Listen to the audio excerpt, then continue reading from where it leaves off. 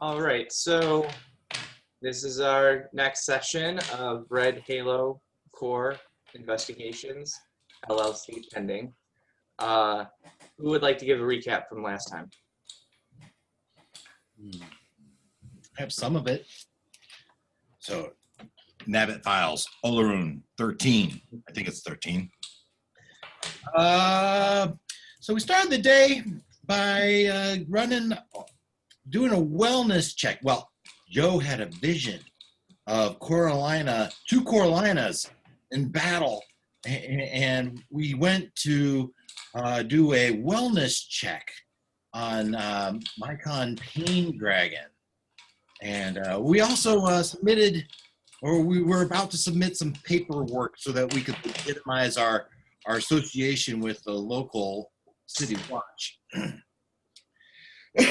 And we convinced them that we should do this wellness check, and they gave us the paperwork we needed, and we went there, and we had an escort with Gorman to go do a wellness check on Mycon. And we got to his apartment, and he was dead. He was shredded. He was like a limb was torn off, and not that old, 10 hours old perhaps, because we did a test on the blood to see how fresh it was, and so we think it was only like 10 hours old. We found a footprint in the window well. Couldn't tell if they were coming or going, but there was a woman's, and Joe did some fantastic investigation there and saw that was a woman's. He could even tell the color. How do you tell a color from a footprint? I don't know. This is amazing. Back to the body, though. Back to the body, shredded, animalistic, but there was a 2-inch square missing, a very neatly cut out, perhaps square piece of skin. And I may or may not have pocketed a little thing, something for myself. Later on, we were talking through it, and we were talking through all the different people, and we were thinking maybe we should go to find out how all these different characters are connected through the military, and maybe go visit Morgrave University to see if they have any details on what these guys did in the military. And let's see here. Oh, then we went to visit Kraker in his magic shop, and we talked to him about the shoes, and I asked him about the chalk. Well, he said there was a way to bypass the falling spells, the falling protections, by using some sort of special chalk. That's where my notes stopped.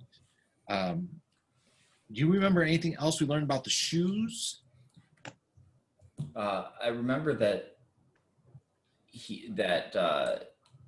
the owner was hard to understand. G-Core's arcanery was on the bottom, and the color was taupe mauve. It was 6.5, approximately 100 to 120 pounds, woman's shoe. Amazing. Yeah.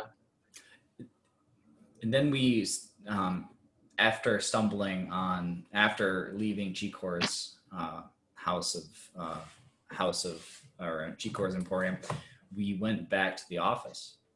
And Hammereth distinctly remembers he was about to go home.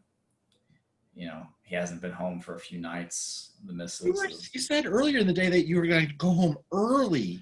Yeah. Work is like that, especially work in an investigation agency. So going home early means going home later than normal.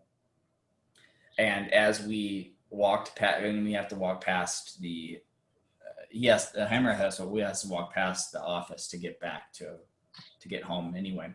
And there we found, waiting for us at the door, a bawling Coralina, looking bedraggled and dirty, looking like she's been through hell and back. She beseeched us, saying there was nowhere else to turn.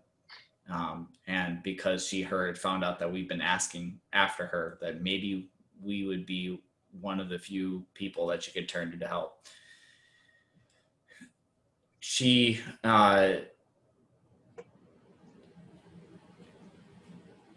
she was staying. I think Sharp decided to let her stay, at least for a day or two, to try to lay low. And she told us about what she thinks, that she was under the impression that was she was after them, and she proceeds to go into tell the story about how her and the rest of the folks who have died, that served together, were riding around in some sort of vehicle, and in the middle of the night accidentally hit That's right. a woman, and this little girl came crying out. Then it was apparent. It was very obviously her mother. Rocktar then proceeded to rough up this little girl, because I think it was Rocktar, and basically shoot her off. The Coralina thinks it's this girl, because I think she's seen her out of the corner of her eyes, or it was like kind of seen her around. I don't remember if it's out the corner of her eyes or like looking in the mirror and she sees this girl, like it's reflection or something. But she thinks it's her. And so she's basically, I think we ended with she's staying over, and the team, or the investigation, Red Halo members, were trying to figure out how the hell do we like actually provide her safety if this person can like just run through, or if the thing can just like come in and shred everything. We also did find out that the shredder, I think we didn't find out firsthand, but the thing that shredded Mycon Pain Dragon was likely the ball that no one knows Dag has. Actually, I think Sharp and maybe Hammerrath saw, but they didn't say anything. As a fleeting thought. Yeah, it was like we thought maybe we saw something shiny like disappear into your pocket, but because we were at Mycon's abode, we were being overwatched by a person, an elf from the City Watch. So we didn't want to make too much, be too obvious or draw his attention. Yeah. So just a kind of a reminder, Corlina had mentioned that she was driving a source sled of some sort, which is one of those things that you can use to fly about Sharn. She was driving with a bunch of her comrades and ended up accidentally hitting this woman who died, and then they found her kid right next to it, and Rocktar roughed her up and then kind of got rid of her, and they hid the body or dealt with the body, which was Mycon kind of taking care of all that stuff. And so Corlina believes that this person is coming to collect on the blood debt from what they had done, because everybody that was involved in the accident is now dead. And it is interesting because Mycon was the one that erased the evidence, so to speak, and he seems to have suffered the grisliest death. And also just by the way that Rakhtar's death was described, that one seemed to be quite personal. So, or that death was a little bit more intimate, where the person that killed him, Corlina described seeing this person like after stabbing Rakhtar and paralyzing him, like lifting his head up and talking to him while slitting his throat. So you guys are at the Sparkling Alchemist. You have Corlina, who's just emotionally a wreck. And now there is this unknown person who may or may not be a changeling, since a changeling hair was found, or at least a hair that was thought to belong to a changeling was found on in Rakhtar's dead fist. So I think we landed that a changeling can change into the form of an adolescent while being an adult, like there, or a changeling child can turn into an adult. There wasn't any sort of restriction around what shape a changeling can or cannot take in relation to its age. right, and in relation to its general size, they can, because they can successfully appear as anything as small as a goblin or a halfling, or as large as Goliath or Bugbear, and everything in between. Do we have a sense of how long ago the death happened? The child would have been a child. Has it been 5 years, 10 years, 15 years, 2 years? So, the signing of the Treaty of Thronehold was 2 years ago. And so, all military action by then had been completed, and people had been returning, and the military is recalling their troops and everything. And after the Day of Mourning, which was 2 years before even that, so 4 years ago, the government started recalling their troops because, there was so much concern about what is this weapon that created this massive calamity? Could it happen here? So people were kind of conserving their resources. But I think Corlina mentioned that it was probably closer to 2 years ago, just because of the timeline of events, and when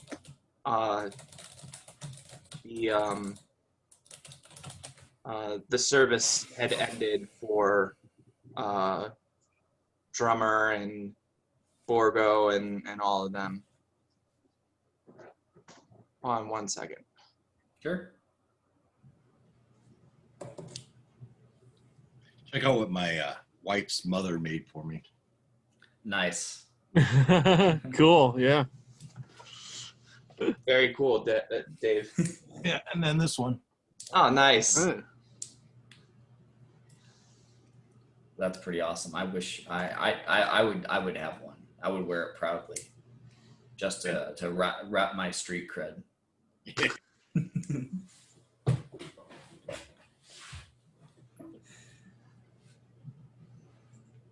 So Corlina's at Sparkling Alchemist with us. It's the evening of the 13th, and we're gonna, between Sharp and Joe and I think we could probably do a rotational sit up guard type of thing, keep a watch throughout the evening. So Justin, your character could go home. Well, do you think you'll be all right?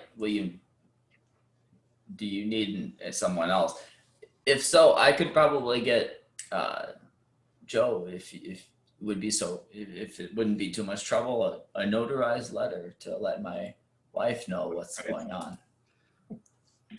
I think I could do that for you. I'll notarize it for you. Draw a I mean, circle. you could probably go home. I think we're fine. I mean, there's only about 5 or 6 bodies, body count so far. So sure, we're good. Hammer, give me a roll for detect sarcasm. That's a that's a 3 on the die, so that's real low. So Hammereth is gonna think that you're being absolutely serious. So he's like, well, all right. I have complete faith in you. You can always come and get me if you need me. And he'll start making his making ready to head out the door. At that, Coralina jumps and she's like, no, no, please, you can't. All right, we're bound and determined to split the party. You're gonna have to deal with it. Well, I guess if both Dag and Joe notarize the letter, it'll probably be strong enough. I'll just have to go deliver it really quick. All right, yeah. See if your wife ever lets you come back.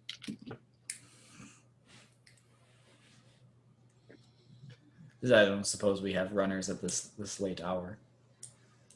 What time is it? Is it night or is it like late Close afternoon? to 9 o'clock. Okay. And as you look out, a rainstorm has just rolled in. And you see the thunder flashing outside. Would your wife call the police on you? Send a wellness check over here? Well, it hasn't been the first time I haven't come home, so probably not. When you come home tomorrow, will you still have a wife?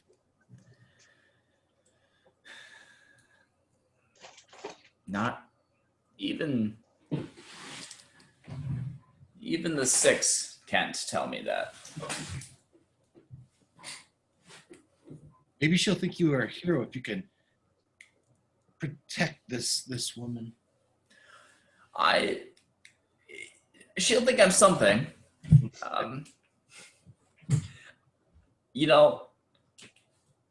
I'm lucky, it'll be a hero. But I've done a lot of things in my time in war. I guess I think it's fine to stay. Rigged a lot of explosives that have hurted many people. It'd be nice to heal someone for once.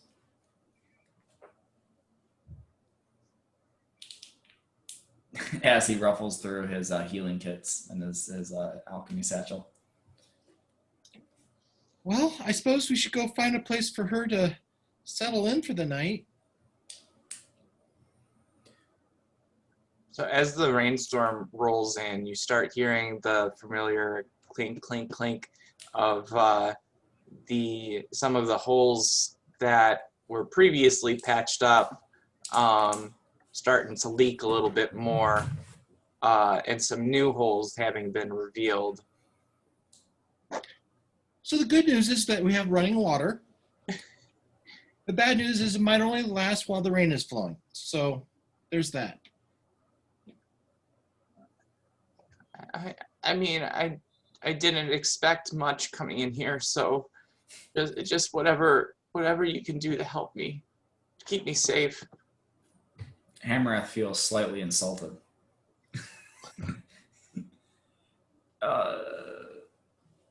Sure. Expect much. Well, I mean, this place isn't exactly. I don't mean to be rude, but it's pretty obvious that it hasn't really been kept up well. Well, we just bought it. We're working on it. What, like I said, I'm not trying to be rude, but I can give up some comfort just to know that I will be safe. We have some bed mats upstairs, right? Right? I mean, we do. I think you're setting your expectations a little bit too high on that one too. We can make her comfortable for the evening.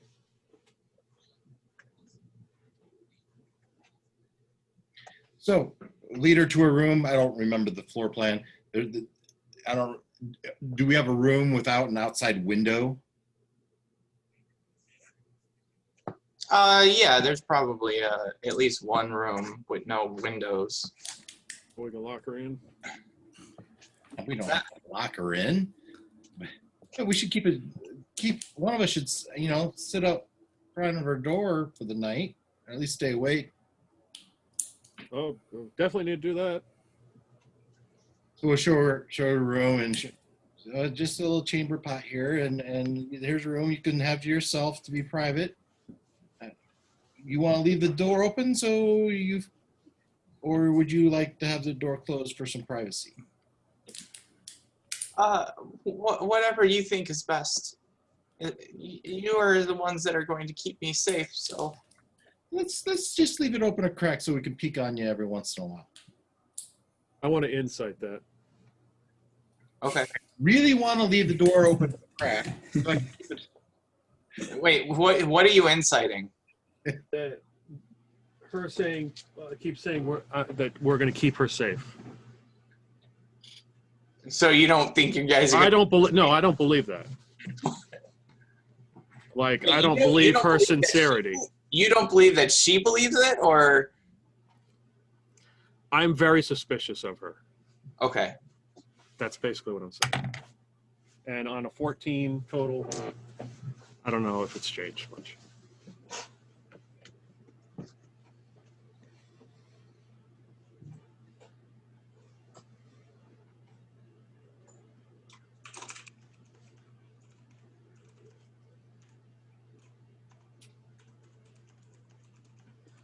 Because she keeps repeating the same stuff over and over and over.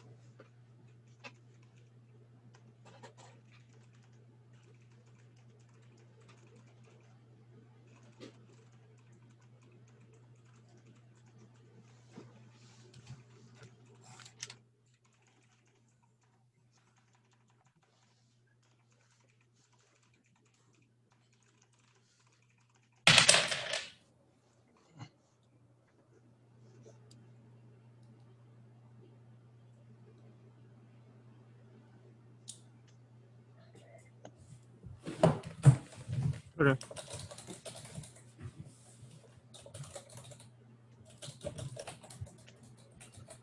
All right, so she follows Dag into the room that you guys have picked out for her.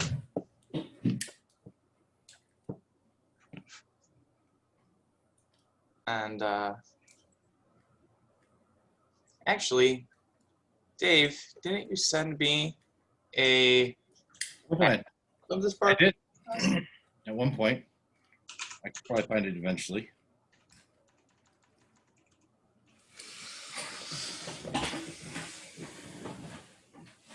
Oh, I found it. Nice.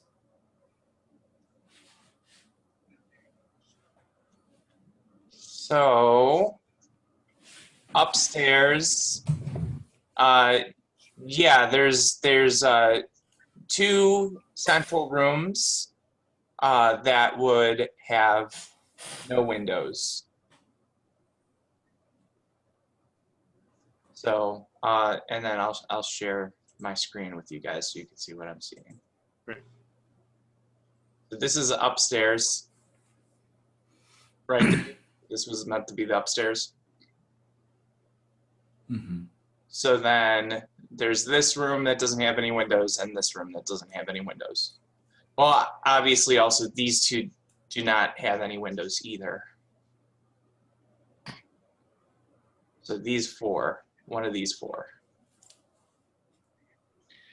And the end of this hall, I think, was just like a table. And I think at the end of the other hall, is where the ladder is to go up to the roof. Low, like the on the This right is side. ground floor. Upstairs, and then let's see what is.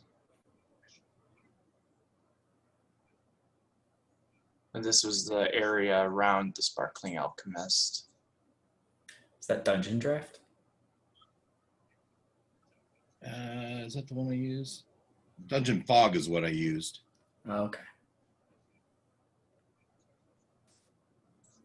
And So these are the only ones that I have. Okay. I actually don't recall seeing these. I don't think you shared them before. Oh yeah, I meant to send them to everybody. I forgot. Yeah, so on the left-hand side, I think that's with a little circle in the end of the hallway. I think that's just a end table. Mhm. Okay. But down the next hall, I think that rung is a rung with a ladder up to a trapdoor to the ceiling. Okay. Gotcha. Anyway, you have your stairs down. Then on the downstairs, one feature probably to point out is the entry to the building. And the far left, you have the entry to the outside, but those are also stairs to the other levels of this same tower. So, or adjacent tower. So front door, vestibule, landing. So people that coming from other towns can go out without coming into our establishment, or they can take a right into our establishment, or the Sparkling Alchemist in its day. Mm-hmm. Yeah, makes sense. And this is probably nicer than what we actually have as we are fixing it up. There's some leftover stuff from what people we bought it from. But, So is this like when they have like a construction site and they show like this immaculate building of what it's going to be, and like everyone's happy and the sun is shining, like that's what this is of the Sparkling Alchemist? like it. Another option is she could just stay down here we could build a fire and we could just all have a sleepover right here in the main floor. Well, either worked for me. I think if Coralina were going to sleep upstairs, one of us should hole up and sit at one of those end tables in the hallway while another sleeps in the rooms that have windows to ensure that all entrances to the area are at least covered in some way or another. Yeah. I don't know how secure our windows are. That seems to be a common theme in this mystery. I wouldn't want to take any chances. The Sparkling Alchemist is almost more holy than the Drowning Mole, but you know, the windows probably haven't been changed in years. They probably let in more than a few drafts and people. Yeah, I think when you guys first got the place, Sharp made sure that any windows that weren't intact were boarded. So probably about 60-40, 60 being boarded, 40 being intact windows. I like the background I found for myself because it's kind of like I'm in the Sparkling Alchemist. Those could be the stairs up. That could be the bar.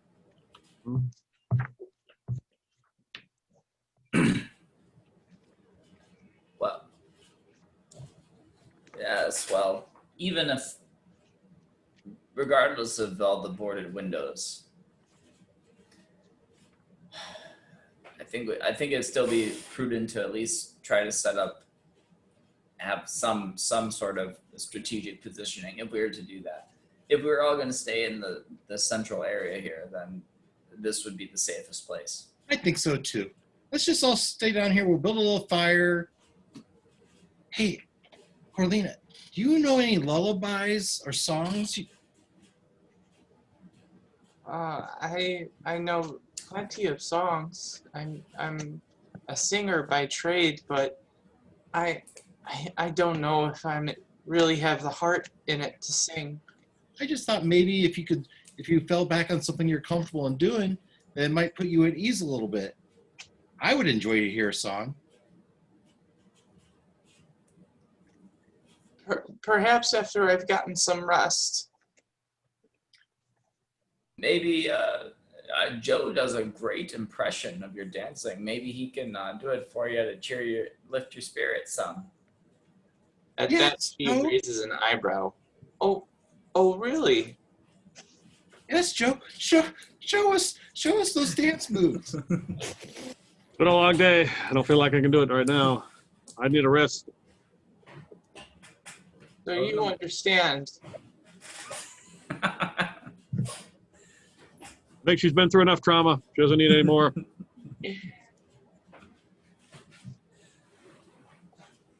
I want to close all the doors upstairs, and if we have the supplies, I'd like to stack some cans, so that if they were to be open, maybe they'd fall down and give us a little alert. Okay.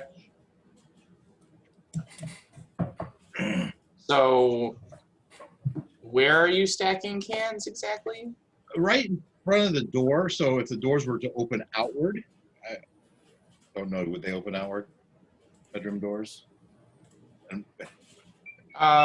Most bedroom doors open inward. Yeah, I suppose that's true. Okay, I was just wondering if there's a way for us to, if someone were to sneak in through one of the windows or through the trapdoor upstairs, that we could have a way to alert. I don't know, Hamarath or Joe, if you have any ideas. I can fashion a device real quick that would emit a sound if touched. That'd be perfect.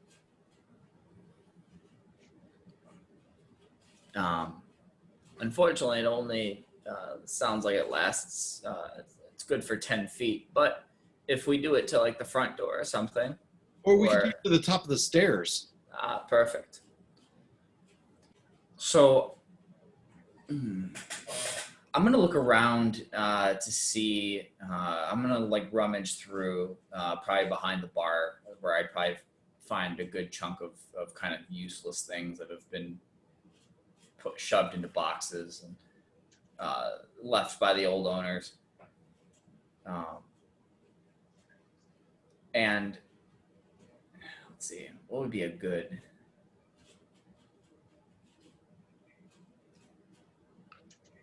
As this was a business, I don't suppose there was a little bell on the front door that when they opened it, went ding ding. That had long ago rusted into not being functional.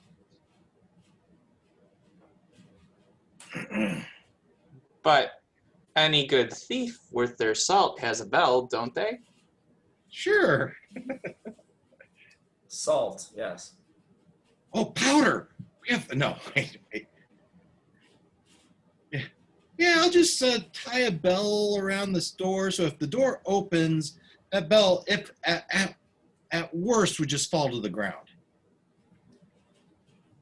Do you have any flour? Maybe we could spread some flour around, and to see if where footsteps are coming in or out. What do you guys think is going to happen? And wouldn't that attract pests? Well, no more pests than we already have. Well, you can never be too careful. If this girl or this child is after you and has mercilessly just killed the rest of your company, then we can't take any precautions. Well, I'm not going to question your wisdom. I should come to you for help after all. And this is your home, place of business? I'm not really sure. This is my third home. Used to be my second. Yeah, most of us stay here.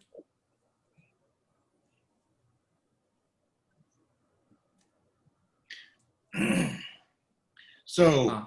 let's for setting the scenes.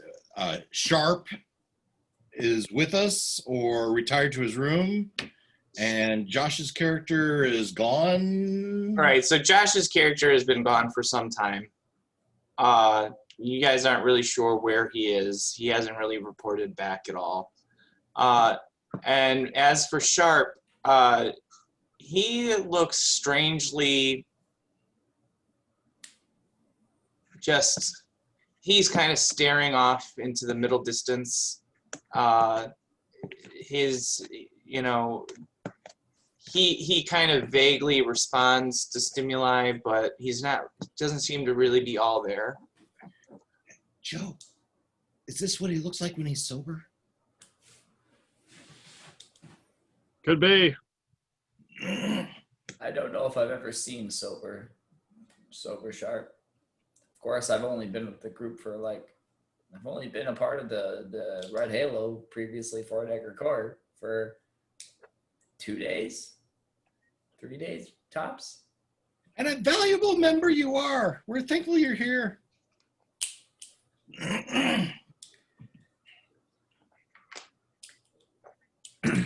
So I'm going to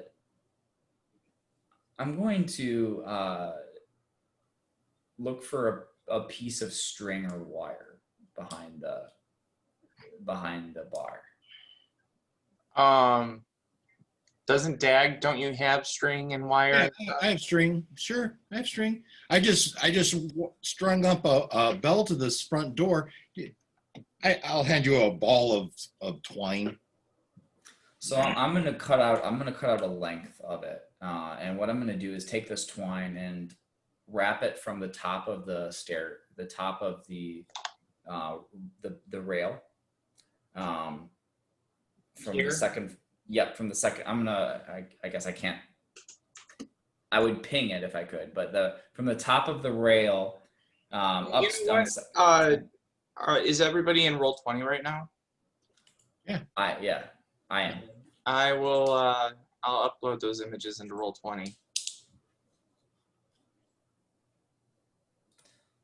So I'm going to cut enough string to wrap it from the top. I'm assuming there's some sort of either the top of the stair or the top of the rafter. There's the banister. There's a ball, and at the bottom maybe there's a ball or some way for me to fix it or tie it or whatever. So I'm going to do that, and then I'm going to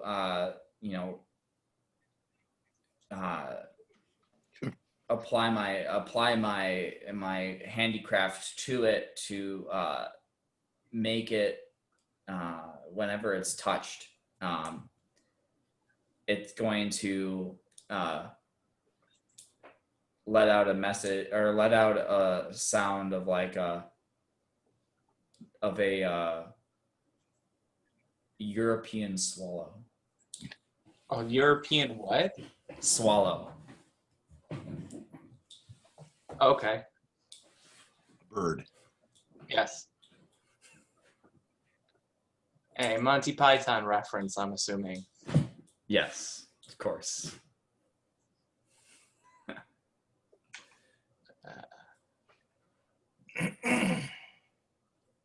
So a chirping of sorts. You see, by stringing it from the top here, pun intended, all the way down,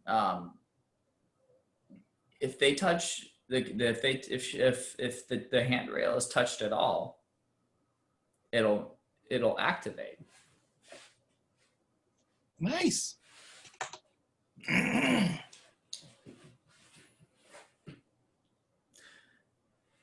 Now, hopefully this. Are the I'm assuming they are because this place is kind of ramshackle, and not in the best of states. But do the stairs creak when someone walks down them? Oh yeah. Yeah. So unless she can fly down, she can't fly, can she? Well, we don't really know. She's somehow getting in and out of those windows. Well, unless she flies down the stairs, we'll either hear a creak or a swallow call. So we'll have some indication of something coming down the stairs.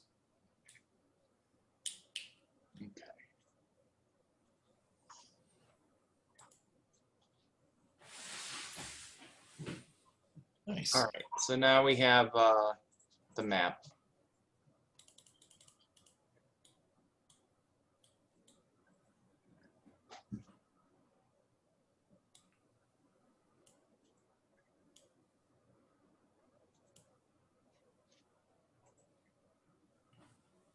Cool.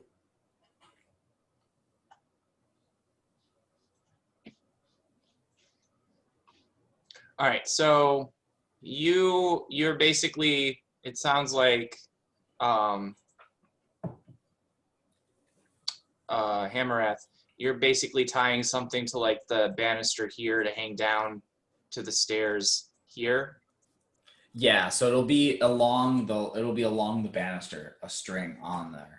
So like on the top, so that if they put their hand on the banister, like to steady themselves down, it'll activate it, or they'll touch the string and it'll activate this sound.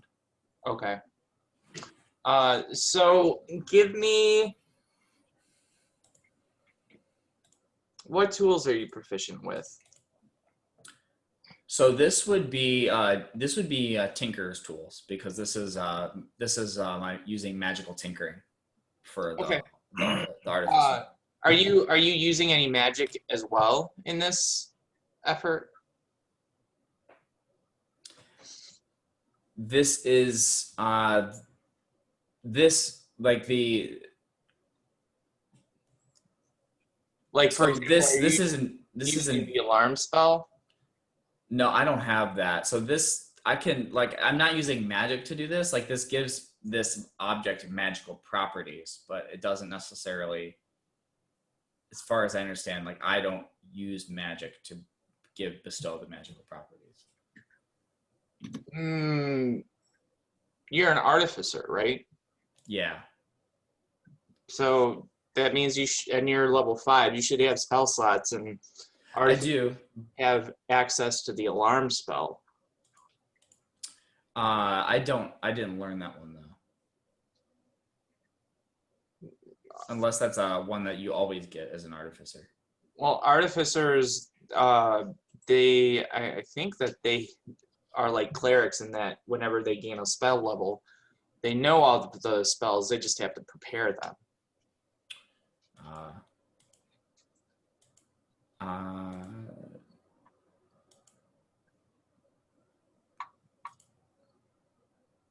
I'll have to relook that up. Well, I'm gonna say that you do have the alarm spell. If you wanted to cast it ritually, you could, and you could also do that as well if you wanted to give me like a tinker's check, using dexterity. Yeah, I would do that. I would do the definitely the string for that.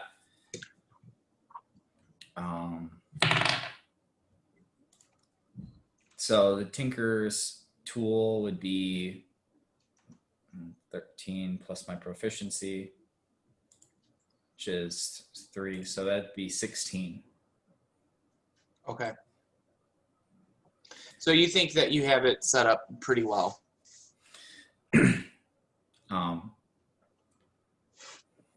And then I would probably alarm the front door. Okay. So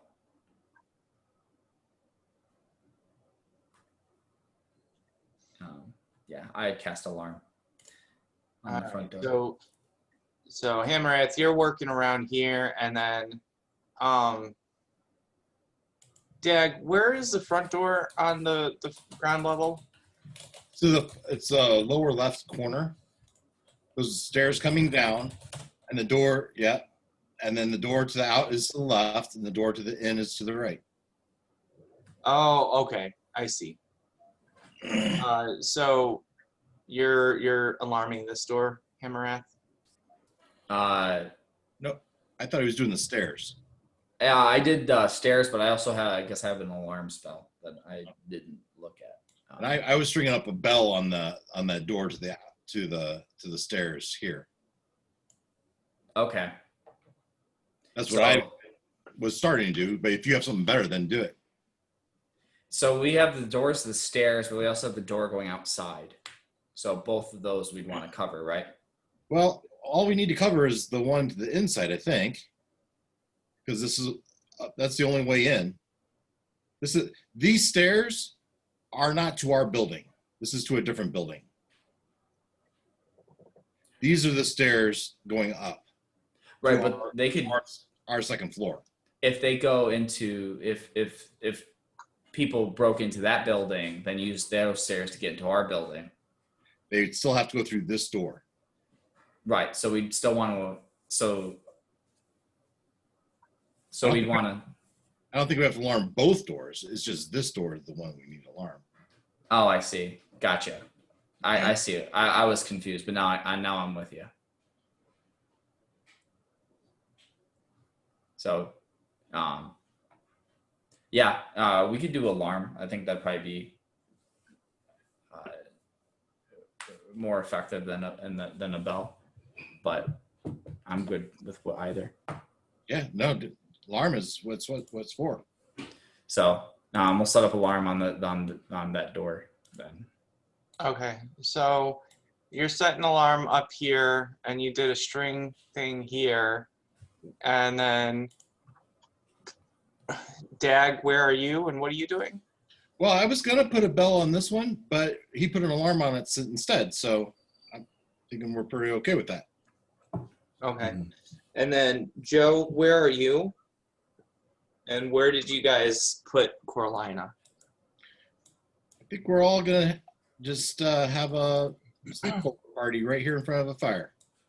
Well, if he's setting up some kind of a thing on the other stairs, You're sounding like God right now. You have like the echo. Yeah, that's pretty good. I didn't notice it. I don't hear anything. Oh, I definitely hear it. Oh, hold on, let me try something. Oh, if you have your roll 20 up, you might have that turned on also. I turned off my audio in the game settings. Let's see here. Right hand corner, there's your gear. How about And now? so I want to broadcast to others and I want to Yeah, receive others. Yep, I just did that. Did that work? I still hear it. I don't know if that was it or not, but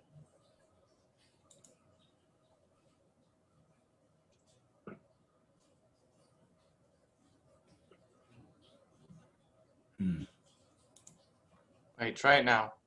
Okay. That's better. All right, yeah, I turned off all that stuff on the main one. I didn't realize that was on. It was a cool voice effect though. Yeah, definitely something that should be used. So, Hammerrath is setting up some kind of string device on the stairs, right? Mm-hmm. So I would help him with that since I'm trained in survival and I've probably done some kind of stuff as a ranger. So, as you know, to get one of my badges, I probably did. Okay. So then, Hammerrath, if you want to make that roll again, and then we'll, like, if it's better than the 16-year-old, we'll use that.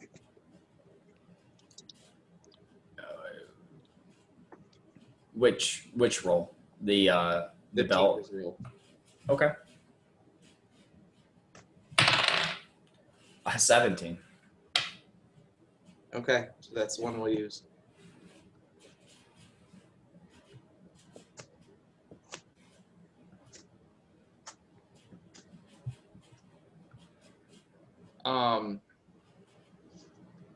So you guys so you, Hamrath and Jofar, you guys are rigging up that trap / alarm on the stairs, and then Hamrath is casting alarm on the door. And while they're doing that, Dag, you're just kind of sitting with Corlina. Yeah. I might pull out my cards and start, doing little tricks with her. Okay.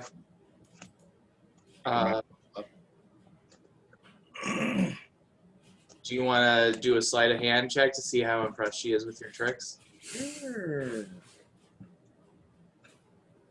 Let's see if my Beyond 20 will work. That character sheet up. Sorry, guys. I'll just roll it. I need to know my modifier. Well, it was a 4 on the dice, but I probably have a plus 10. Let's see what I get there.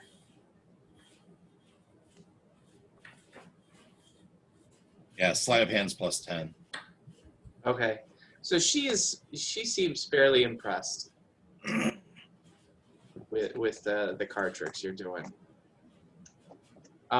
Is there anything other preparations that you guys are making? Oh yeah, there's other doors to the back room of the main floor. Maybe we should push some barrels in front of that just in case.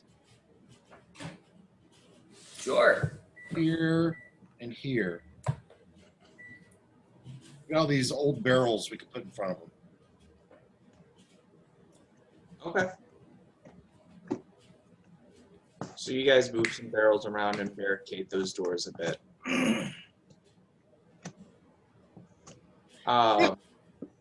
That way, at least if someone does get in here, we ought to be. It'd be hard for them to sneak up on us, I think.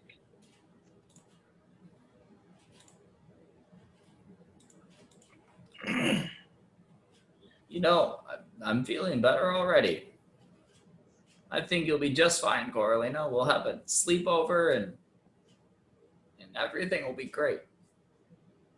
Joe will do some dancing for you after he's had a good night's rest. Maybe you'll treat us with a song. It'll be all right. Oh, I'm glad that you're so optimistic about everything. Well, there's nowhere to go from here but up. So, do any of you know where that person might be who's been hunting me? Do you guys have any ideas? Where could she be?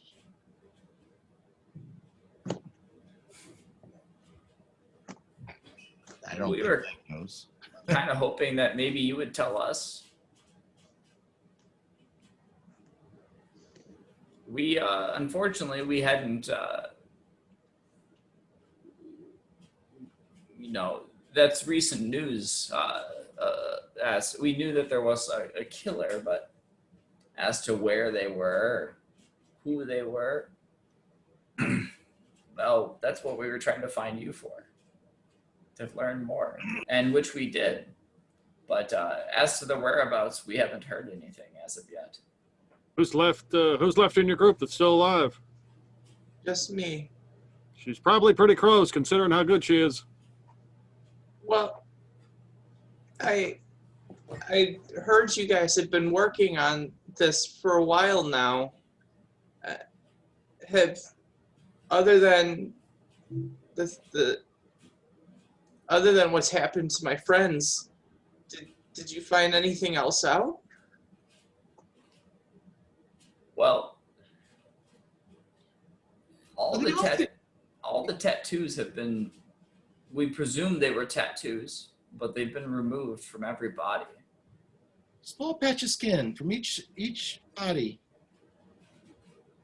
Do you know why they would, who or why they would remove those? Probably as a trophy. Do you have any markings or tattoos of your service?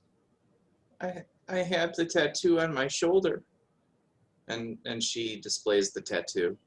And is it roughly the 2-inch by 2-inch size? Yeah.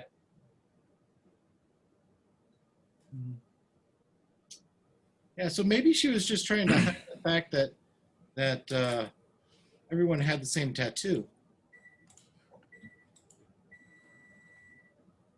What was that?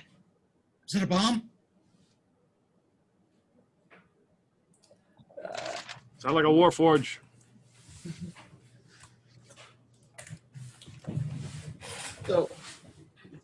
So you guys haven't found anything? Well, there's been Yeah. other clues along the way.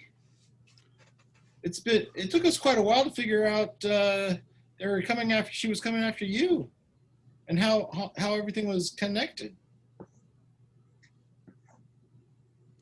We should probably talk about this in the morning after we've had a rest and probably collected our thoughts better.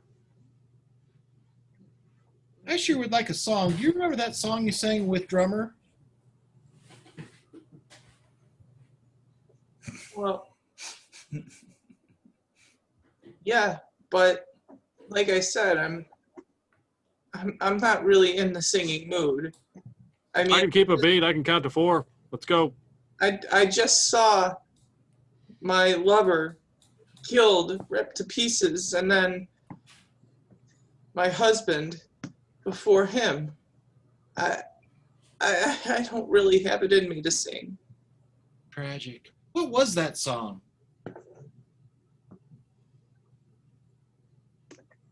It was Gone with the Wind. So with that, the line of question is to see if this is really her. So I want to do an insight check to see if this is really her or not, or perhaps this is the doppelganger Okay, thing. So insight. all right.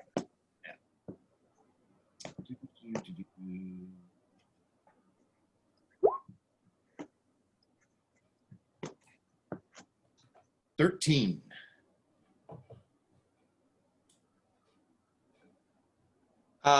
So seems like a reasonable answer.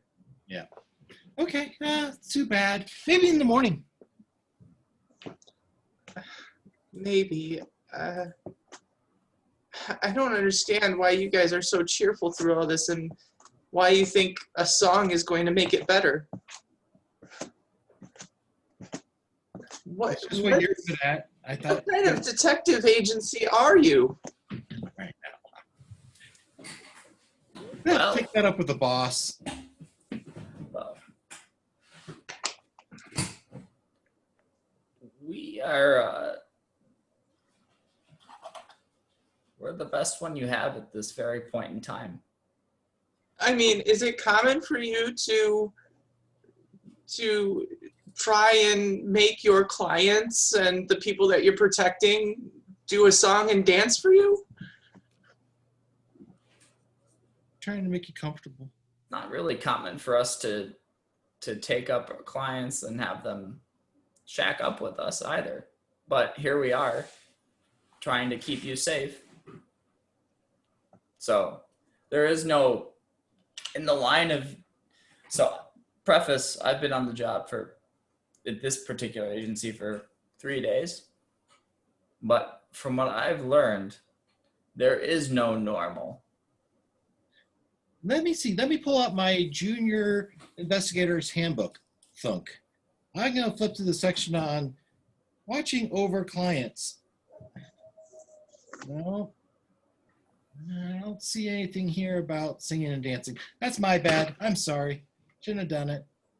Well, I mean, it's just, I just don't understand. Like, is this some sort of repayment, or is this meant to entertain you while I'm asking for your help in keeping me safe? Trust me, we are not entertained.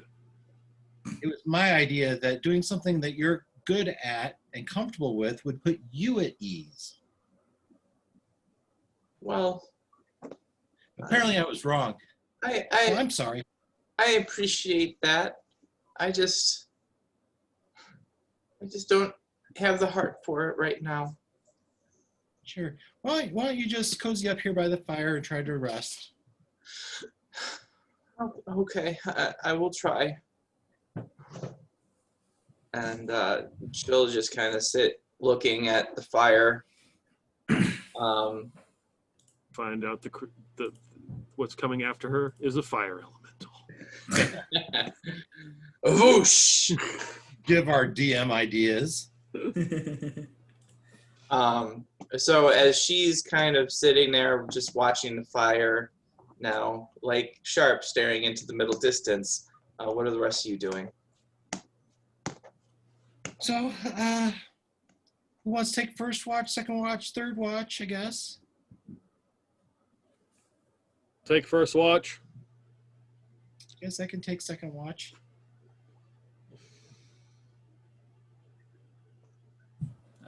I'll take third. Phew, I was hoping you'd say that. All right, so who's taking first? I am. Okay. So what are you doing while... well, first of all, Dag and Hammerath, where are you two sleeping? I think I'll just go up against this wall right here Mm-hmm. and just kind of lean up against the wall and try to snooze. I have my hoop back right next to me. And then Hammerath? I'm just gonna sit down in one of these chairs. Maybe this one. I'll be just sitting in one of the chairs. I don't really have a bedroom here. So like there is. I'm just kind of just kind of sitting in the main room. And then Jofar, what are you doing while you're awake? Where is she? I imagine she's in this chair. With Kind of Hammerath? fire. Oh, the missus wasn't like that. Can't share chairs like that. What's it real big? Oh wait, is this where Yeah, you're that's at? where he said he was. Oh, okay. In a different chair. Okay, so then she'll be in this one.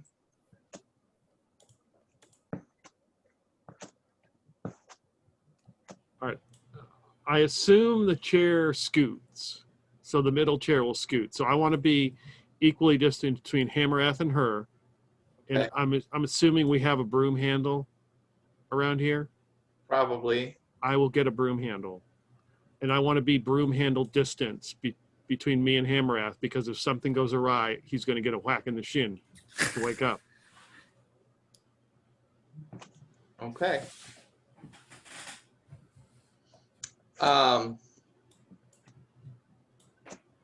So Jofar, roll me a d12. I got my Kings of Galifar book with me, so Okay. I can occasionally look down at that.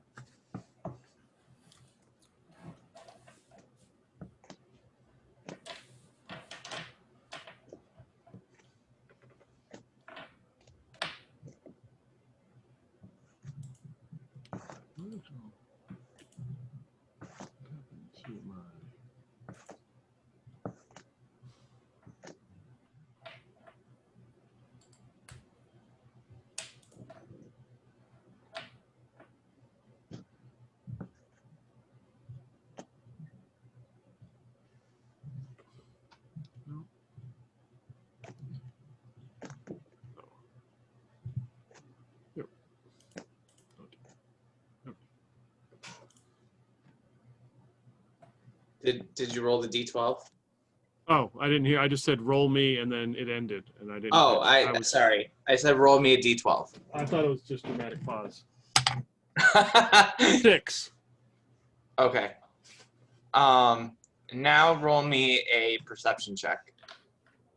So I'm all about the perception checks. 21. Okay. So you hear a noise upstairs. It sounds like a slight knock, and then like kind of a scamper. A knock and then a scamper. Yeah. Does it sound like a mouse knock scamper or something bigger than a mouse? That is, it could be.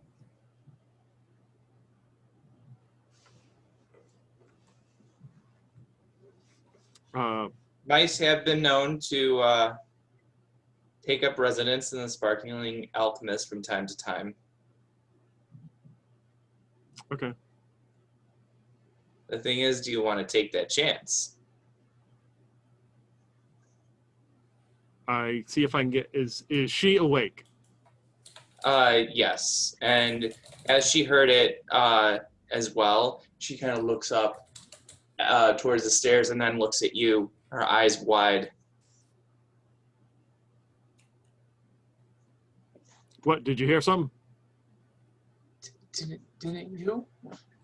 Something upstairs? Is she coming? Could be.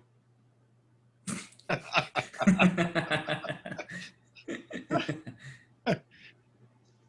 do we do? That's a good question. I will tap Hammerath with the broom to see if I can wake him up.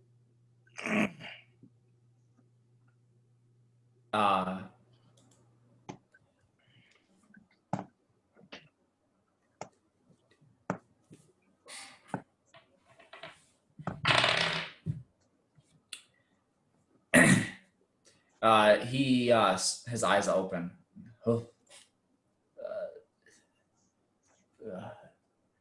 Oh, yes. I almost forgot where I was. Heard something upstairs. It was kind of a boom, a something and a scatter. Scamper. What are the S words? A boom and a scamper. Well, Not sure how big it was. Could have been a rat or a bronze dragon. Who knows? But it's up there.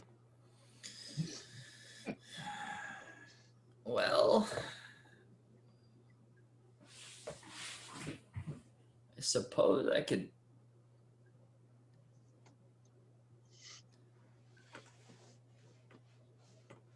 Well, I think it would be best if we all stayed here, regardless of what it is. Wake up, Dag. Tell him so he knows.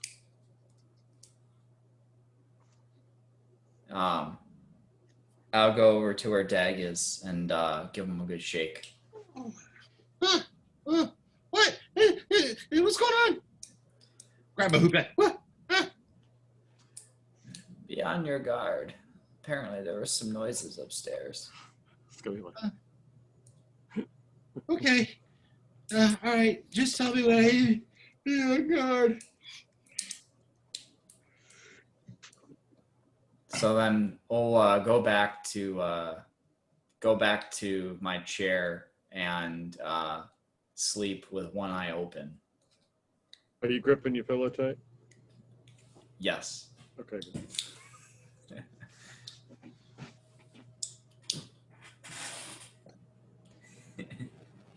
So Coralina just continues to stare at the stairs.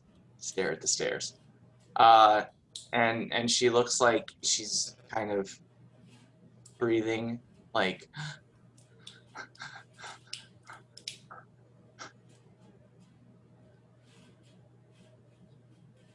Okay. and then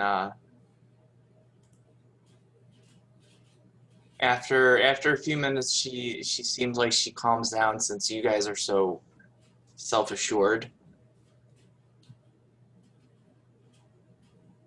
All right. So then, Jofar, you're awake. Hamarath, are you still awake at this point, or Dag? At the time that Joe would have woken me up, I would still be awake. Now, if we're talking, you know, an hour or two after that, probably not. I So, imagine. like, sorry, go on. No, just imagine Dag woke up, be on guard, and he looked around and saw nothing immediate, and kind of now is holding his hoopak in his arms as he leans back on the thing, and probably was only awake less than a minute. Okay, so you've changed your sleeping position. Slightly, yeah. essentially. Yeah. I think Hammereth would probably be up for like half an hour or so, just kind of seeing what's what, but then I think sleep would take him over again.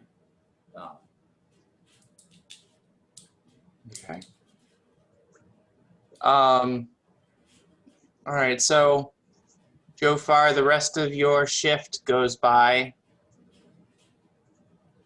and then there's no more eventfulness. Were you engaging at all in any kind of conversation with Corlina, or were you just reading your book? Yeah, I wouldn't talk to her unless she was asking me some sort of question, and I'd probably give like 2-word answers. Oh, okay. Because she would have probably started asking you questions like, so where are you from?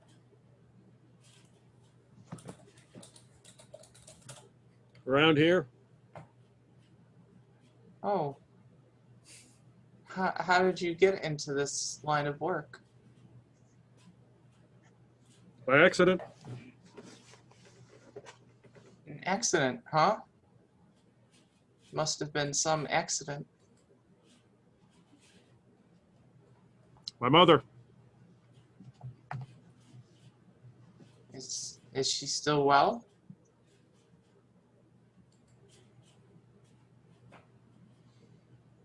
She's okay. That may have been too personal. My apologies. You're not much for conversation, are you? Sure not.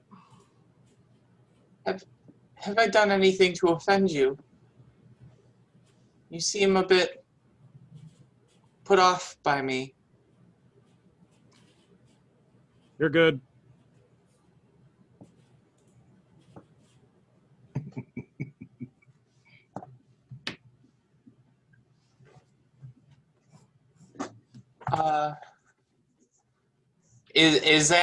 Is that actually what Jofar is thinking? Like, is he being honest with her? Hell no. Okay. I don't trust her a lick. Give me a deception check. Oh yeah. Deception. Oh yeah, natural 1. Okay. So what does Jofar do to betray what he's actually thinking? Eyes. Hmm.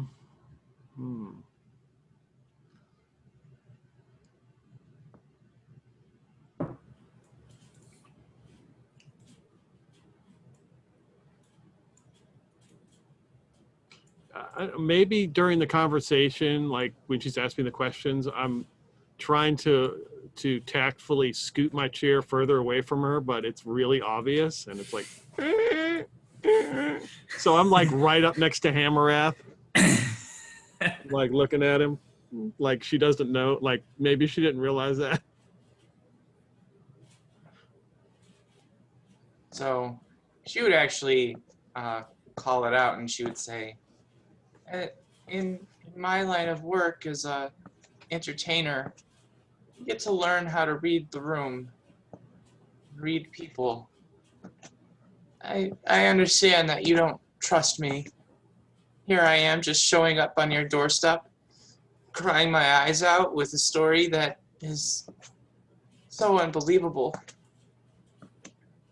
But even though you don't seem to trust me, I still appreciate what you're doing in protecting me. That's nice.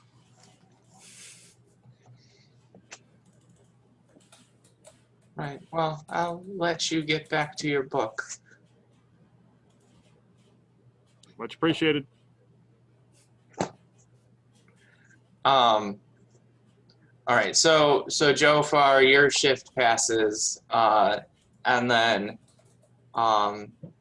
Dag is up next. So how do you initiate the transition?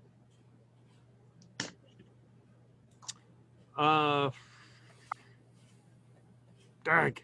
I try to wake up. Dag. What? Are You're we up. okay? We're Oh, good. We're up. it's my turn. Okay. Okay. You want to keep your hoop pack in case you need to wake somebody up? Or you want to Yeah, use this come on. broom? I have both. Okay. I have a hoop pack, but that's fine. I'll keep both. All right, good. I take a look around. Is she awake or still asleep? She's still awake. Oh dear, you're still awake. You're gonna be exhausted if you don't get some sleep. It's a bit hard to sleep with everything that's happened. Oh, I can only imagine. Maybe a small glass of wine. You could warm it up a little bit. Maybe that would help you. No, I don't think it would be good for me to drink. Well, you could read Joe's book of Kings of Galfar. I bet that put you to sleep. That's good. And I make Oh. sure that We'll wait until he falls asleep. You'll never know. He seems rather possessive of that book. I'd rather not upset him. He already doesn't seem to like me much. Oh, he doesn't like anyone. You can't let that's him. true.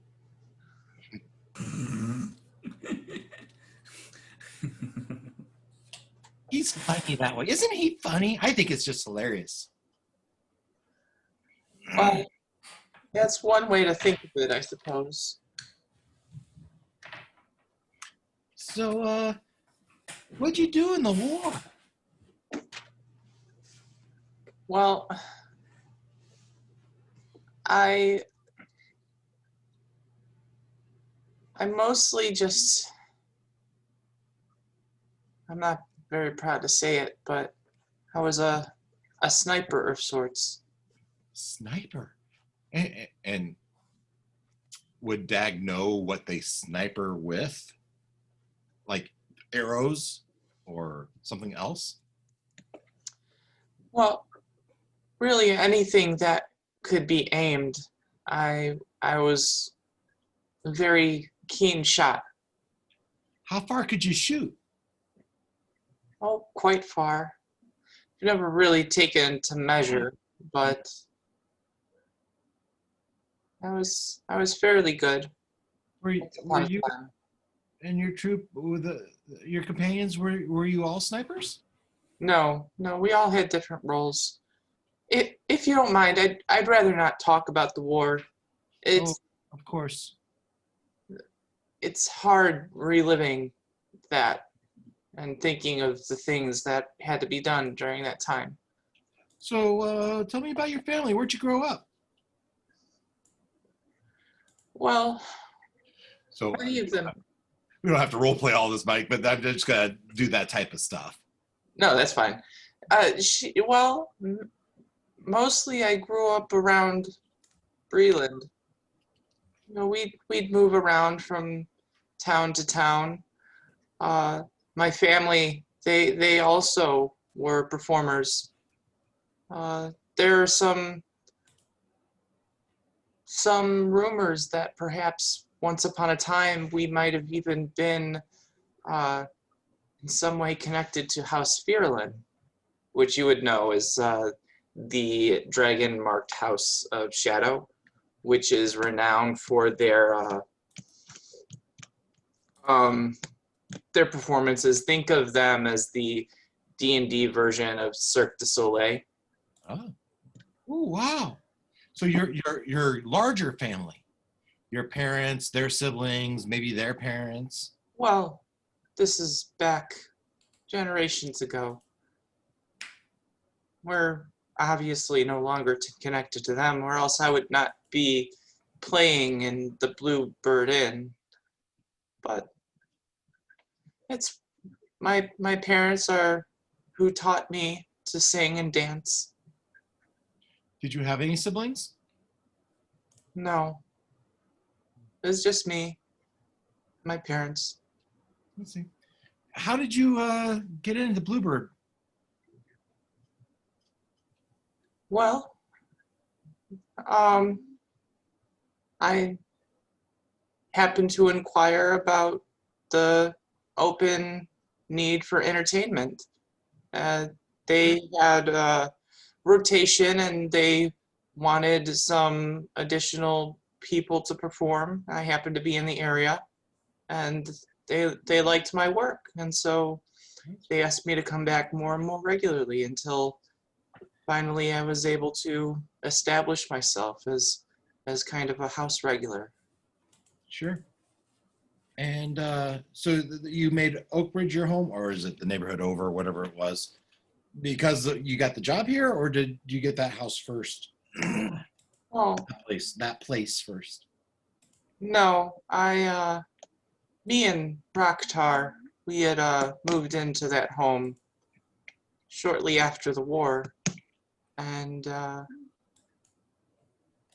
then I inquired about the job. And that's how you and Rocktar met, was during the war? Yes, So sad. yes, war is terrible. What about you? Where are you from? Well, I was raised here in the orphanage, the J Home for Lost Boys. I'm an orphan of the war. Oh, I'm sorry to hear that. Yeah. I say my parents died in the war in the Talinchip. I think it's Talinchip Plains and Polenta Plains. and House Jarasco took in a bunch of us kids, and it wasn't we didn't have a lot of stuff, but we had each other, and we learned a whole bunch of stuff at that home. I just recently came of age and came out in the world and was happy to find work with Sharp and Company. So it seems that you've kind of fallen into the situation with them. Seems to be working out so far. And how long have you been with this group? Not so long. Not so long. Just done a couple cases. Oh, The real experiences with Sharp and Joe. yes, Hanarath said that he had only been with you for a few days. Yeah. He's been doing well though since he's come on, and we appreciated his help. Ah, I see. So what are the roles? I assume each of you has some unique role or position within this work that you do? Yeah, well, generally my role is do whatever Sharp tells me to. But I'm particularly, I'm short, I'm small, nimble. I'm good with my hands. I showed you my card tricks, and so I can help them and stuff like that.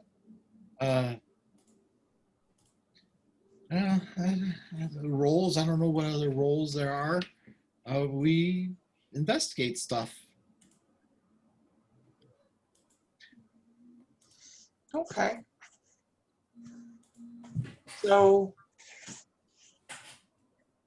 is it interesting work that you do? Interesting, exciting. Yeah.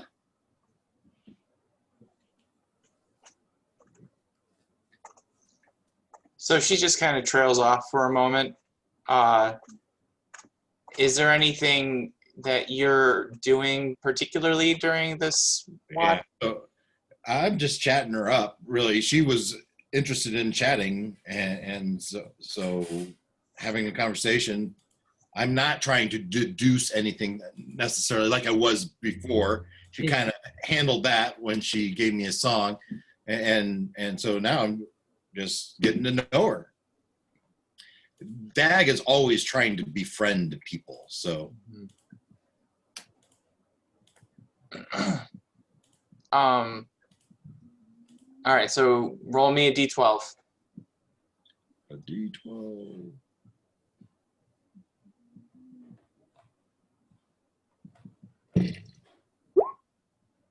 I come over, it's a 5. Okay.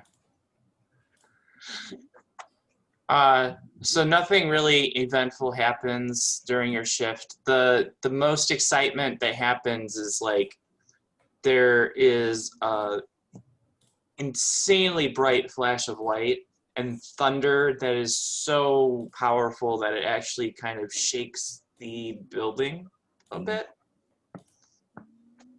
And at that,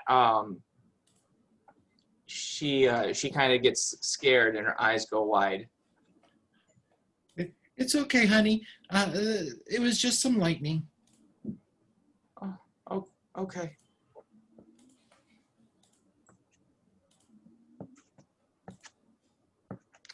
And so, anything else you're doing during your shift? No, I'm trying to calm her down, and I won't talk to her if I see her kind of finally getting restful. Otherwise, I might be.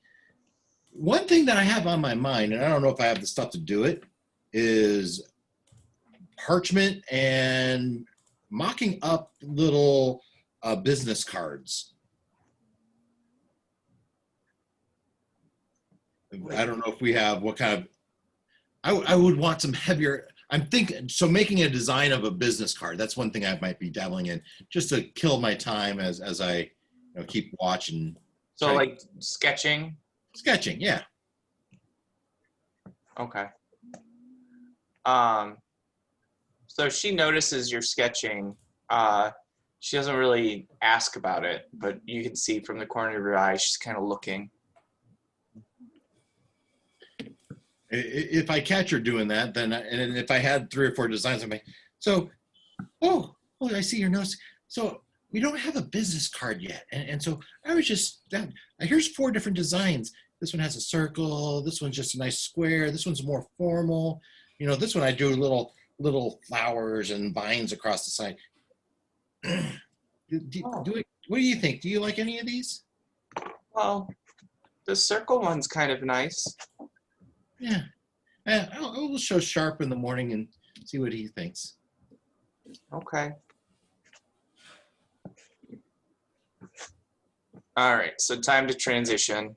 So how do you transition to the next watch? I just go up to Hammereth and I kind of put my hand on his shoulder. Hey, Hammereth. Oh, it's okay. Nothing to report. She's having a hard time sleeping, but you're up, bud. Well, I am now. Thanks. Have a.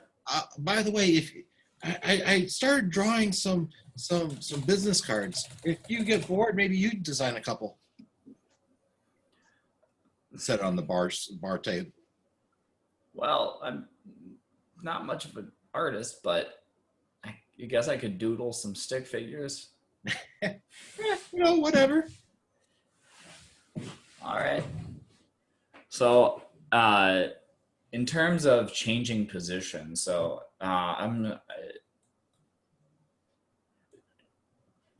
when you got up, is there a place you were sitting, or did you just sit in the same place and be awake? Well, for a while I was talking to her, and I was just sitting in this chair next to her. I imagine I had this chair kind of almost back to Hammereth, so I was more facing her, and I could still see the rest of the room. Wait, so you're which chair? So she was in this chair, right? Yeah. So this chair, Joe had kind of pushed over more toward here, closer to, and so I would have positioned it more facing her, so I could sit and talk to her and still be able to see the door and the stairs. Oh, okay. Okay. So Hammerhead didn't wake up and have Joe like trying to snuggle against him. And where did Joe go rest?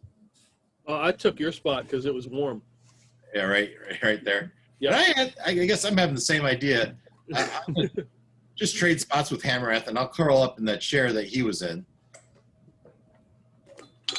So then Hammerhead will get up and plop himself in the chair next to Coraline's, and just kind of look into the fire and then look around, keeping a watch. So, you are the newest member here? I am, but you should be sleeping. I can't sleep. Every time I shut my eyes, I think of what I saw with Raktar and with Mycon.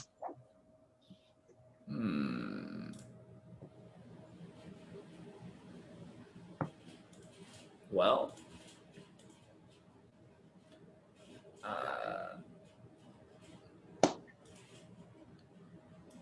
I might have something to help you.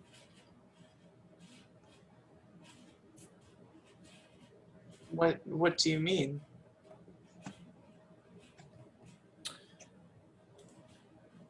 Well, you see, alchemy is my trade. My potions and tinctures and healing and hurtful are all within my wheelhouse. I'm looking through my satchel to see if there's something that might be able to put you at ease, at least have you some sleep, get you some rest. Oh, I appreciate it, but I'd rather not right now. I'm just so scared.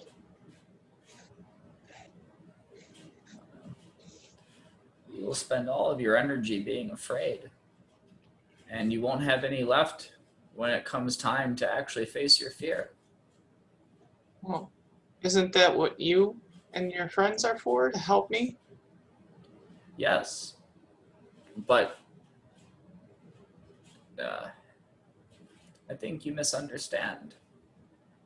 Not to physically face your fear, but to deal with it from an emotional perspective. It takes strength, you know. Strength that is earned through sleep and rest. Maybe I will sleep when I feel safe. I don't yet feel safe, even though I appreciate what you and your friends are doing for me.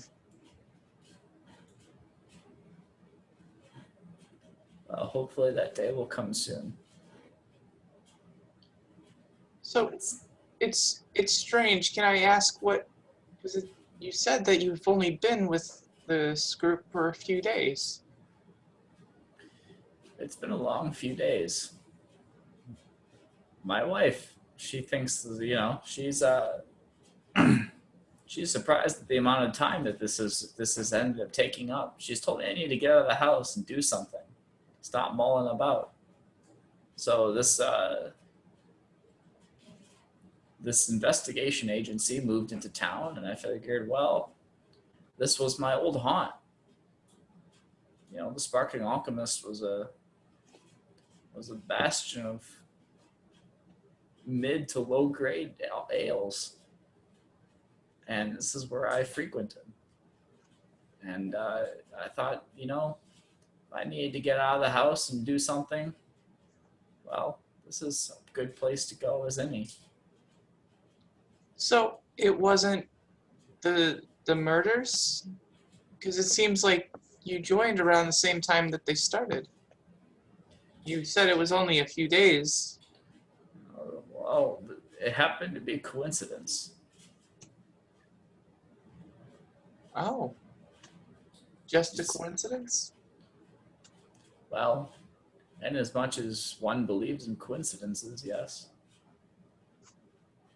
I didn't know Svans or Drummer or Borgo, although Borgo was the bouncer at the. I didn't know Borgo well. He was the bouncer at the Drowning Mole, my favorite place since the Sparkling Alchemist closed, of course. Hmm. But him and I never really chatted much.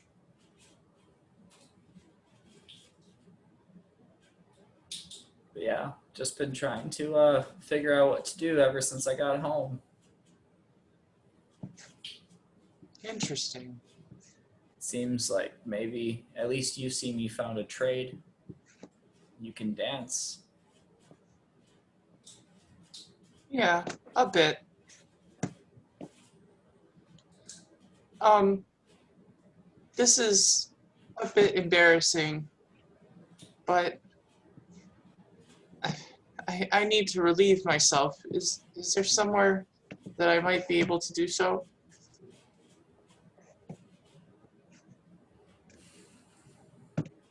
Well,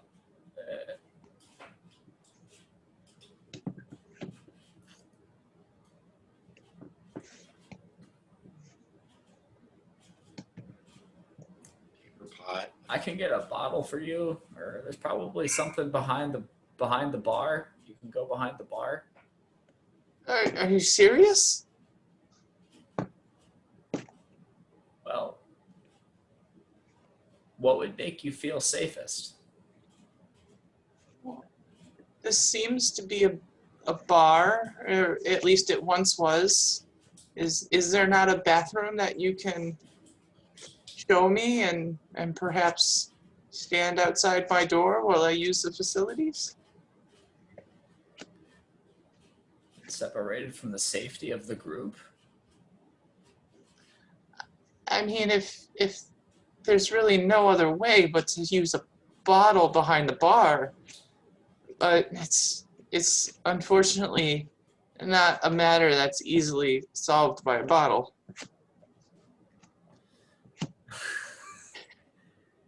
Well, that's fine. But I'm gonna we can go. Fine. I'll let's go. And I'm going to go over to Joe, since he would have been first, and shake him awake. A gentle shake. Joe, Oh, Silver Flat. What? Hey, what's going on? she has to go to the bathroom, and We all do. Yep. yeah, she's Did you mention behind the bar? I did. I did. Uh, seems she's okay with forgoing some comforts, but that's a little too far. So I'm gonna go stand outside the bathroom door. Now, if I'm not back in 5 minutes, then either something's gone wrong or she's got something else going on. Where is the bathroom? Do we know where the bathroom? Looking here at this map on the lower right-hand corner, that looks like a bathroom. And I don't know if I took out a door or what, but you see a door to the outside. So I don't know if you have to go outside, over, and back in. See what I'm seeing? Yeah, I Like an outhouse attached to the side. Yeah, it looks like to me. I don't think any bar would have to make you go outside to do that. So maybe we could say that there is a door. Yeah, I'd probably put a door like right here. Yeah, that makes sense. Right next to those presuming those are sinks. I'm presuming these are little piss holes. Oh, okay, that's This too. is more of a major business. So then after alerting Joe, he'll get up and escort her and to this door here. And well, there you go. I'll be here. If you're not done in 5 minutes, I'm going to knock, and if you don't answer, I'm going to come in. Can't take any chances. Okay, so you're walking her here, and then Joe, you woke up Joe. So what are you doing when you're waking? Can you trace with your mouse like the path? Because what's a wall? I mean, how do you get there? So just show me the way to. Over Okay, there. through that door and then around. Like, does it snake around? So these, I imagine, are some barrels. Okay. And And we were saying there's a door here that's not on the map. So if Joe is here, so okay, it looks like this is the way they're going. okay, that's what I thought. I was just double checking. I am going to. I need to do this on roll 20. I'm going to stand.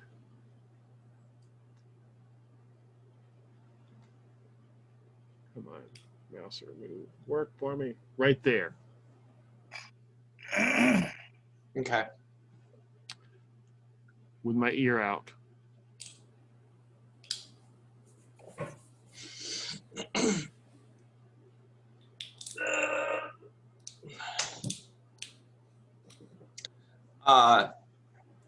So Coralina, oh, can I not delete this? It's not letting me delete this, of course. Oh, there it is. Okay. So, and Hammereth, you're here? Yeah, I would be like right outside the door. Okay.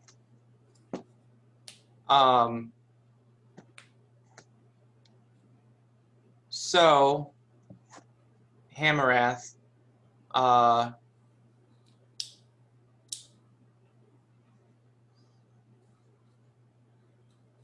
let's see.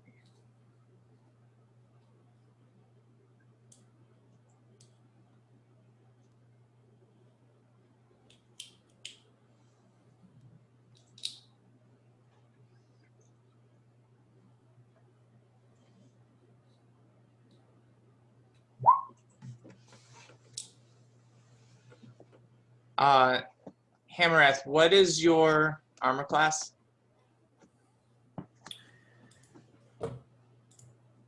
17. Okay.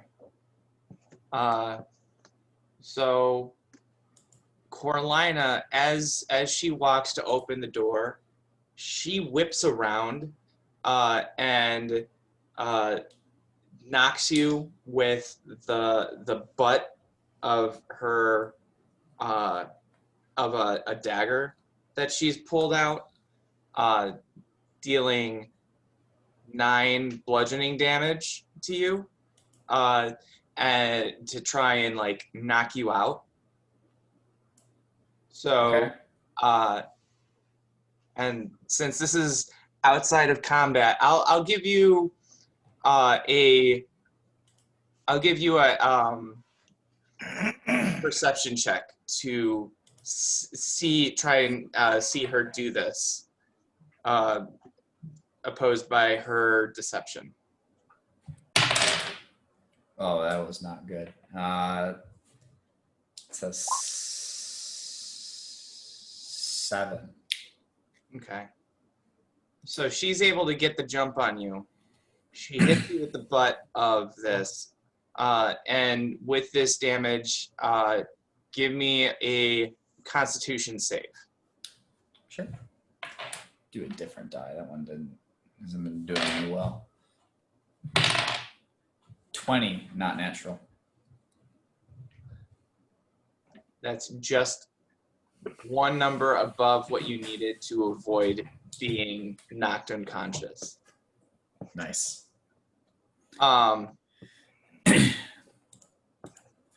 So you have You have one opportunity to react before she does something else. I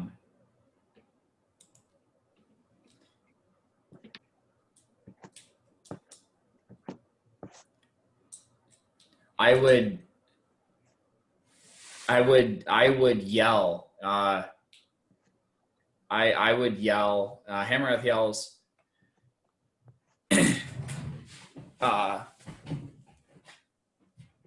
Joe, she's turned on us. All right, and with that, she then attempts to grab you, Hammereth. So give me an athletics or acrobatics check. 21 athletics.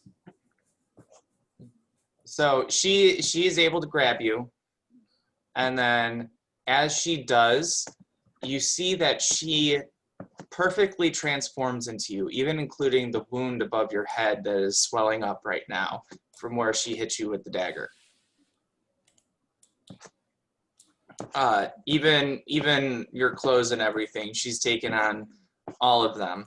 And then Jofar, you hear Hamarath, and then Dag, you're asleep. But Jofar, you hear Hamarath. What do you do when you hear him? You're muted. She's taking my voice. My suspicions are not justified. I am going to scream "bitch crazy" so that that Dag will wake up at the top of my lungs. Wake up. Give me a perception check at disadvantage, Dag.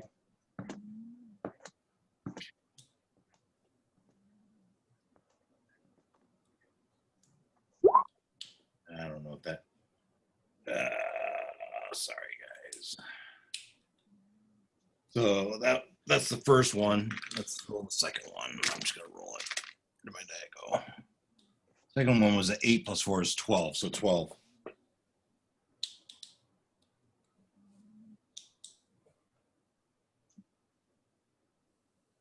Wait, how did you create your character in here? I have it linked with D&D Beyond or Beyond 20. Oh, okay.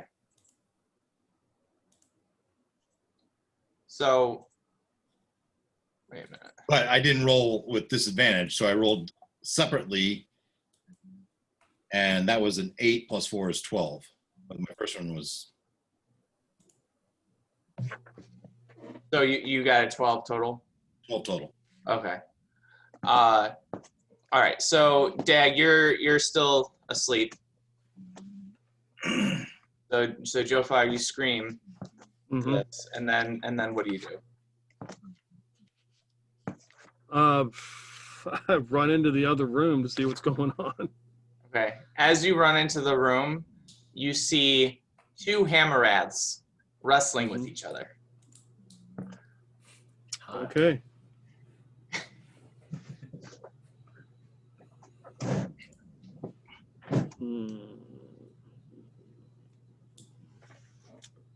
That's not going to do anything. Great. Okay.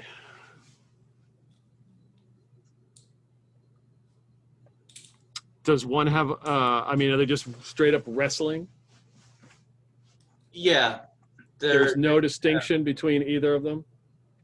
None that you can see. You see that both of them have knots forming over one of their eyes. So they're kind of tussling, like, you know, circling each other, grabbing.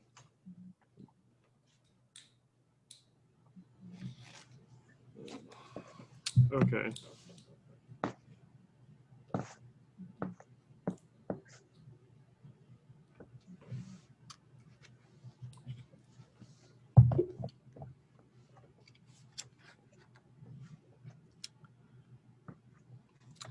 And I just say, don't think that's going to save you. If I have to kill both of you, I will. and I'm going to use Flame Strike. Flame Strike. Yeah. That's a 5th level spell. Flames? Or am I saying? Sacred Flame? Yeah, you know. Oh. Yeah. Sacred Flame still only targets one person, so which one are you? 50-50 shot, right? Okay. So I will target like right in front of them. So I'm trying to miss. I'm just going to blast the floor right in front of them. okay, so then what does that look like? So Joe Farr comes in there and looks down and takes a quick peek at his Kings of Galifar book, stashes it, and a blue flame forms in his hand of fire, and he streaks it, shoots it across the room and burns a hole in the floor. Is Sacred Flame just radiant? It's radiant damage. But yeah, okay, so it scorches the floor. Dustin, I'm gonna send you a message.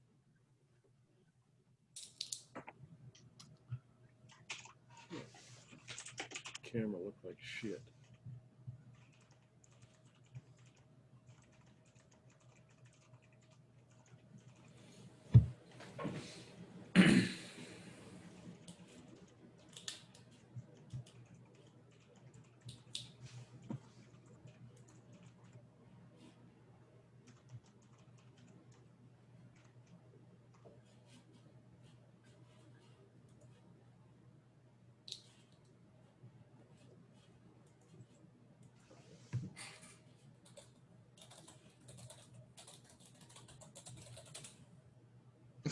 Okay.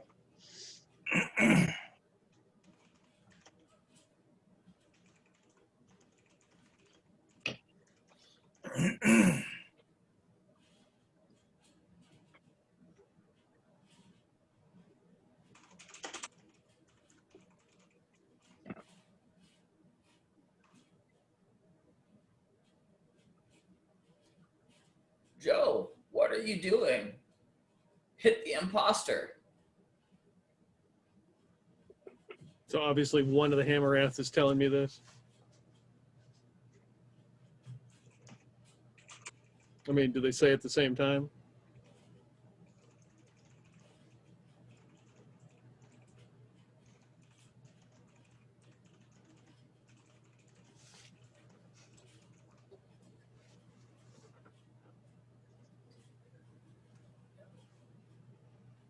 Yeah, I guess it would just be one of them. The one on the right.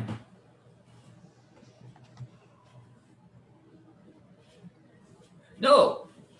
Yes, hit them. Hit him. Ah, it's the changeling.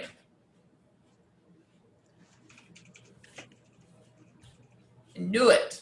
Well, I didn't know it. I actually believed it was Coralina. But I won't hold it against you. the changeling is the one that hit me,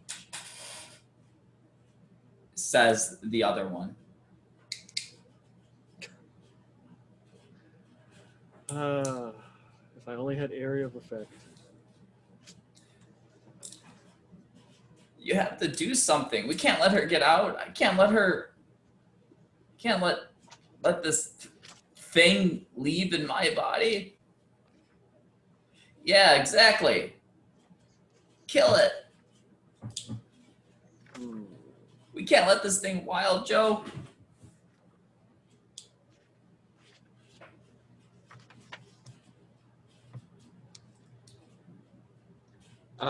Dad, go ahead and after that Sacred Flame, make another perception check at disadvantage.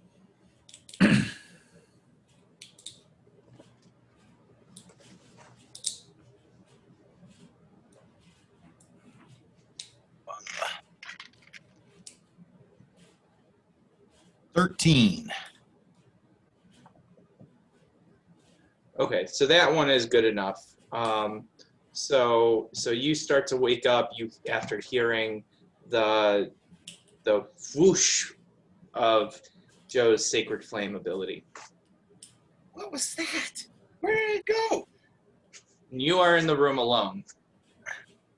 Hamrath, where'd you go? Joe, where'd you go? As I saw the flash from the back room, and I start heading that way, not knowing really what's going on.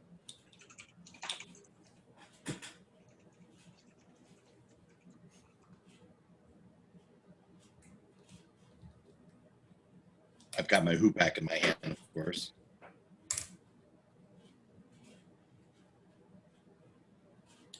We're in here. The changeling hit me. It's here. It was disguised as Coralina.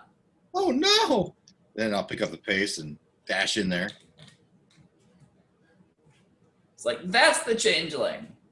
Oh, And then the other one speaks. confound it! I No, that's the changeling. knew this was gonna happen. What's your safe word? Oh, hold on.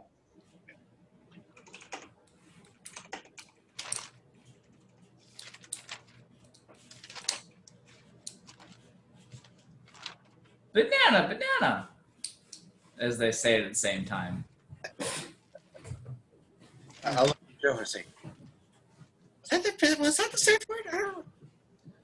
I don't remember. Tell you what, I'll take the one on the right, you take the one on the left.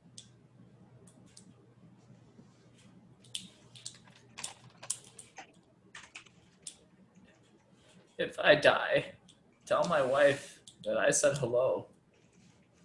Yeah, what was her name?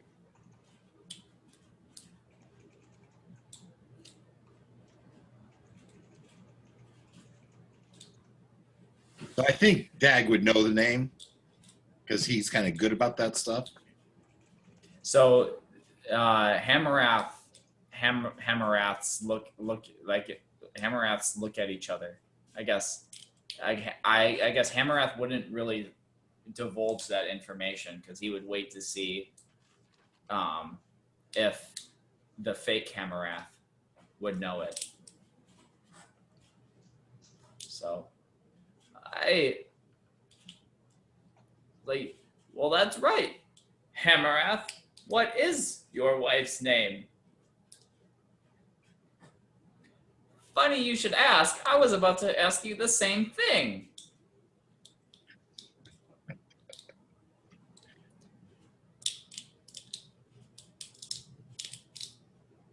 And they momentarily stop wrestling with their arms and their legs, and they start wrestling with their eyes.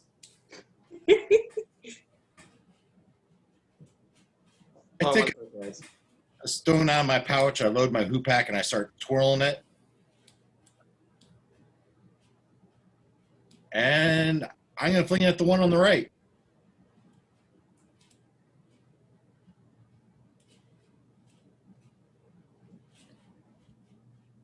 I don't, apparently he didn't like that idea. I don't know. It's probably dinner time. Well, you're going to hit one of them. I told Joe I'm going to take the one on the right. I don't know what he's going to. Yeah, I just. My hoop pack's not going to kill anyone, right? Not in the first strike anyway. Okay, so once it becomes clear that you guys are going to take Dag, you're attacking one, and Jofar, you're attacking the other. Well, Maybe. I am definitely attacking one. Joe hasn't exactly told me what he's going to do. I haven't decided yet. I want to see what your attack does. So Dag is throwing a stone, right? It's a sling of sorts. It's my hoop pack. Okay. Let me roll it. I'm waiting for the DM to tell me to roll my attack. Roll your attack.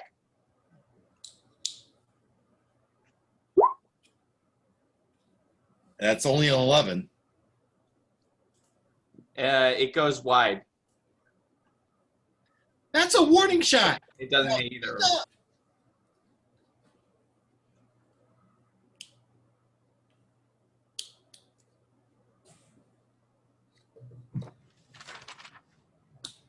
All right. So, you threw a stone using your hoop hack. It went wide, bouncing off a wall of the room. Jofar, what are you doing after that? So, is this how you killed the rest of them? Turned into them? Murdered them? Not very impressive. Kind of sneaky and underhanded.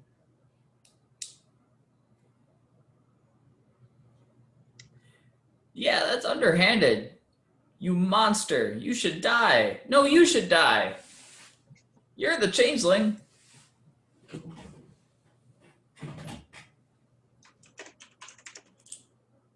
That dance isn't even impressive either. I did it.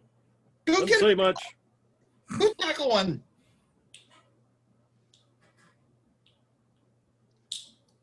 All right. So, Hammereth, you never really broke. I mean, I know you said that you guys broke let go of each other and started wrestling with each other's eyes. Well, one of the Hammereths now grabs the other one and brings out a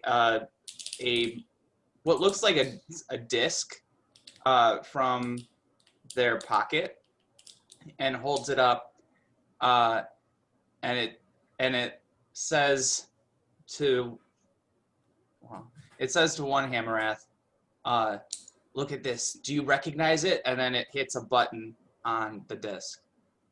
And Hammereth, you very clearly recognize it, and I'm going to send you what it is.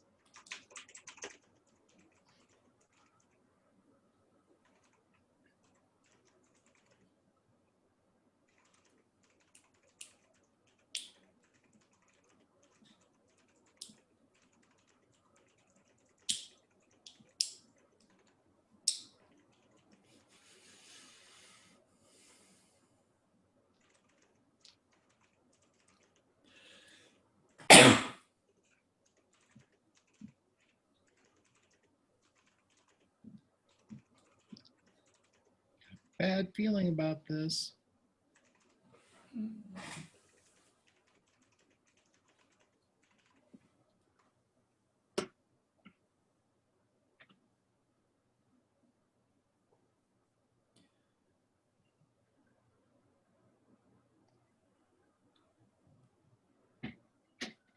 You wouldn't dare.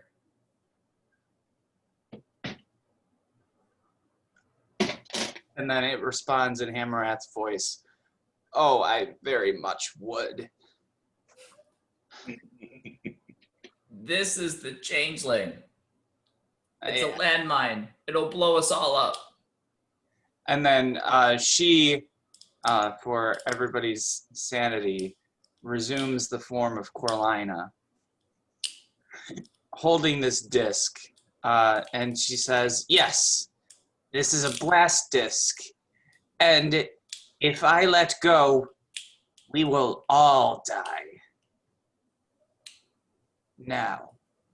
So, then your murder streak will be over, wouldn't it? Because you'd be dead. Oh, I still have much work to do. Corlina is mine.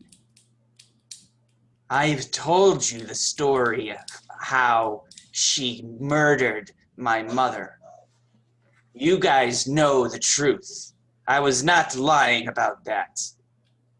I am still looking for her, and I know that you have been looking to save her. Stay out of my way. Let me reclaim my revenge. You know, you should have led with that. That might have helped the whole conversation earlier. We wouldn't be having this right now.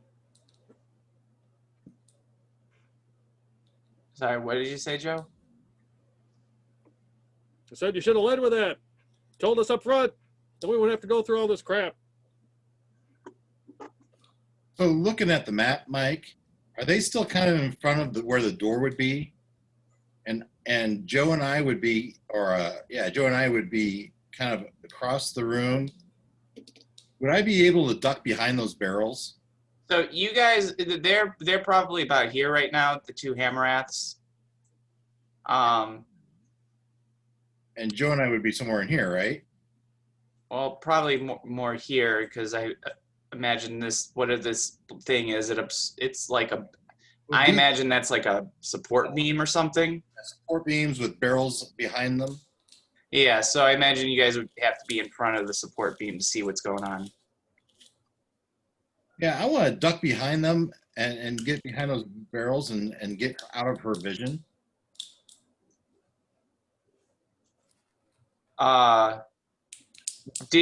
So she's going to see you duck Absolutely. behind the barrels. Yep. She'll know I'm behind the barrels somewhere. Yeah, and then she says, "You better reveal yourself. If I let go of this trigger, it will destroy us all. Just ask your friend." No And response. he kind of grips more tightly on you, Hammerrath, signaling for you to respond. Yep. No response. It's a blast disc. It'll kill us all. I've seen it kill kill thousands of people in the war. I set them.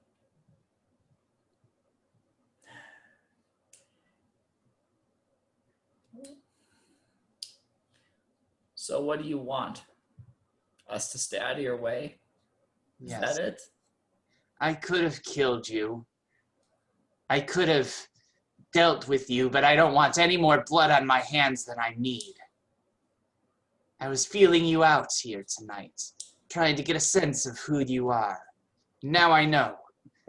But you shall not stand in my way. Let me claim my revenge and move on. Or we can all die here tonight. It's not as satisfying, but at least I've gotten vengeance on most of them. Corlina still escapes me. She's the cause of all of this. Haven't you taken all the and more than enough lives already to pay for one death? No. It is Corlina's fault that my mother is dead. The others played their roles, and they've suffered for it. But Corlina, she is the last, and she will suffer most greatly. Give me my space. Let me do what needs to be done, and leave me alone to do it. Could have saved yourself a whole lot of trouble. Just not come here and just killed her. Then we wouldn't have this conversation. I Well, would have given you plenty of space. I didn't know if she was already with you, or where she is right now. I thought maybe you might know. Besides, I knew you had been looking for me. I wanted to make sure you stayed out of my way. I don't need any interference in what must be done.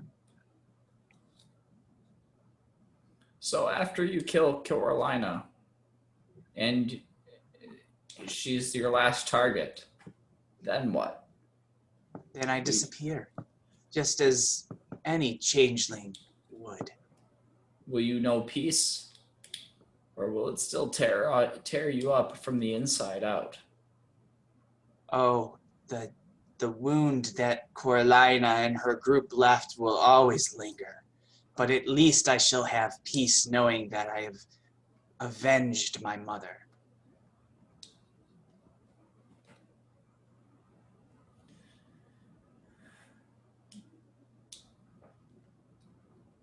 Well, I'm sorry for you. It is something you should never have had to bear. How far away from them am I?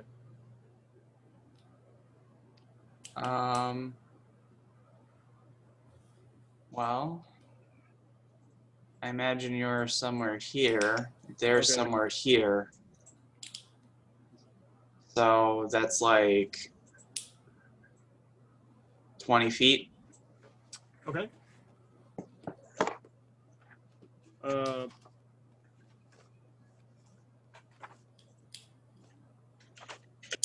check one thing.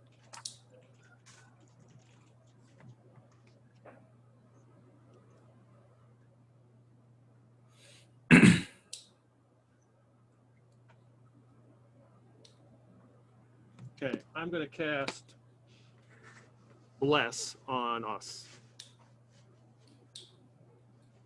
Okay. Well, you can't plus cast it on Dag because you can't see Dag right now. You can cast it on you and Hammerrath. I have to see him. Yeah. So me and Hammerrath. I will. What does it look like when you cast Bless? I look down at the Kings of Galifar book again. And say some words and like blue silver flame glitter kind of falls over onto me and Hammerrath and then fades away like pixie dust. And I'm surprised. I'm not. It's the first time I've done it, so I'm not what I expected. So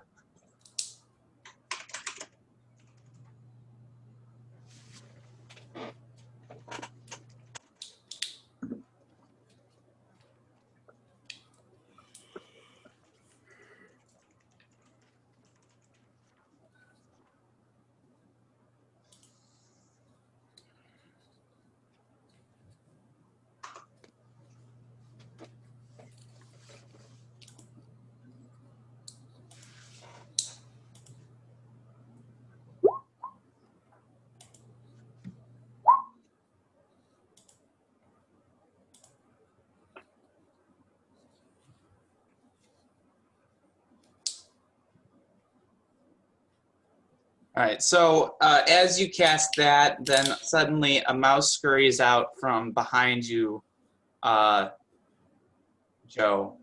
And then Dag pops out from to behind her. Dag, what are you doing? I would like to disarm her. You sure you want to do that? With my sleight of hands, I'd like to take it out of her hand. Okay. She has her finger on a trigger. Do I know that?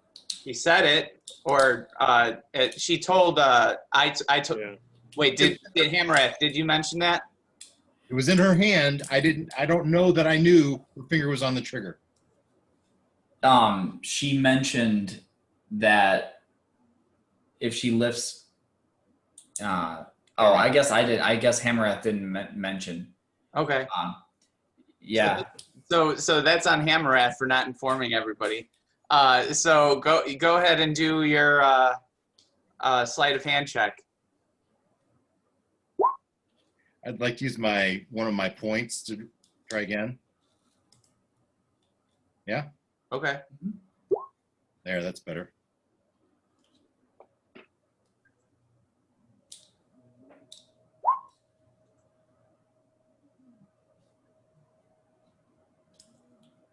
That was a 22 for those that don't see full 20. Yeah. Okay. So you take it out of her hand, and the minute you do, it explodes. Oh, great. Good luck playing with you guys. So everybody give me a dexterity save.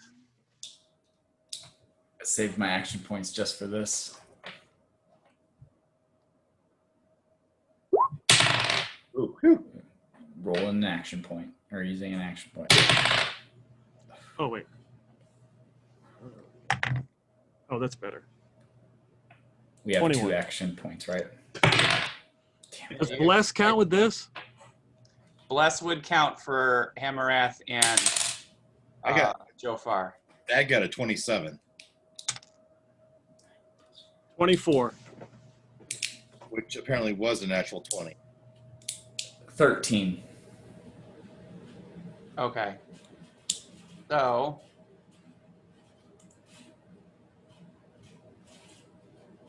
Still could be 9 out for Dad, though.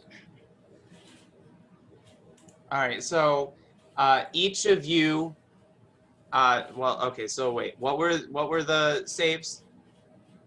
27 for Dag. 24. Uh-huh. 13. Okay. So Hamarath, you take 66 damage. And then Dag and Joe, you guys take 33. Yeah, Dag's out.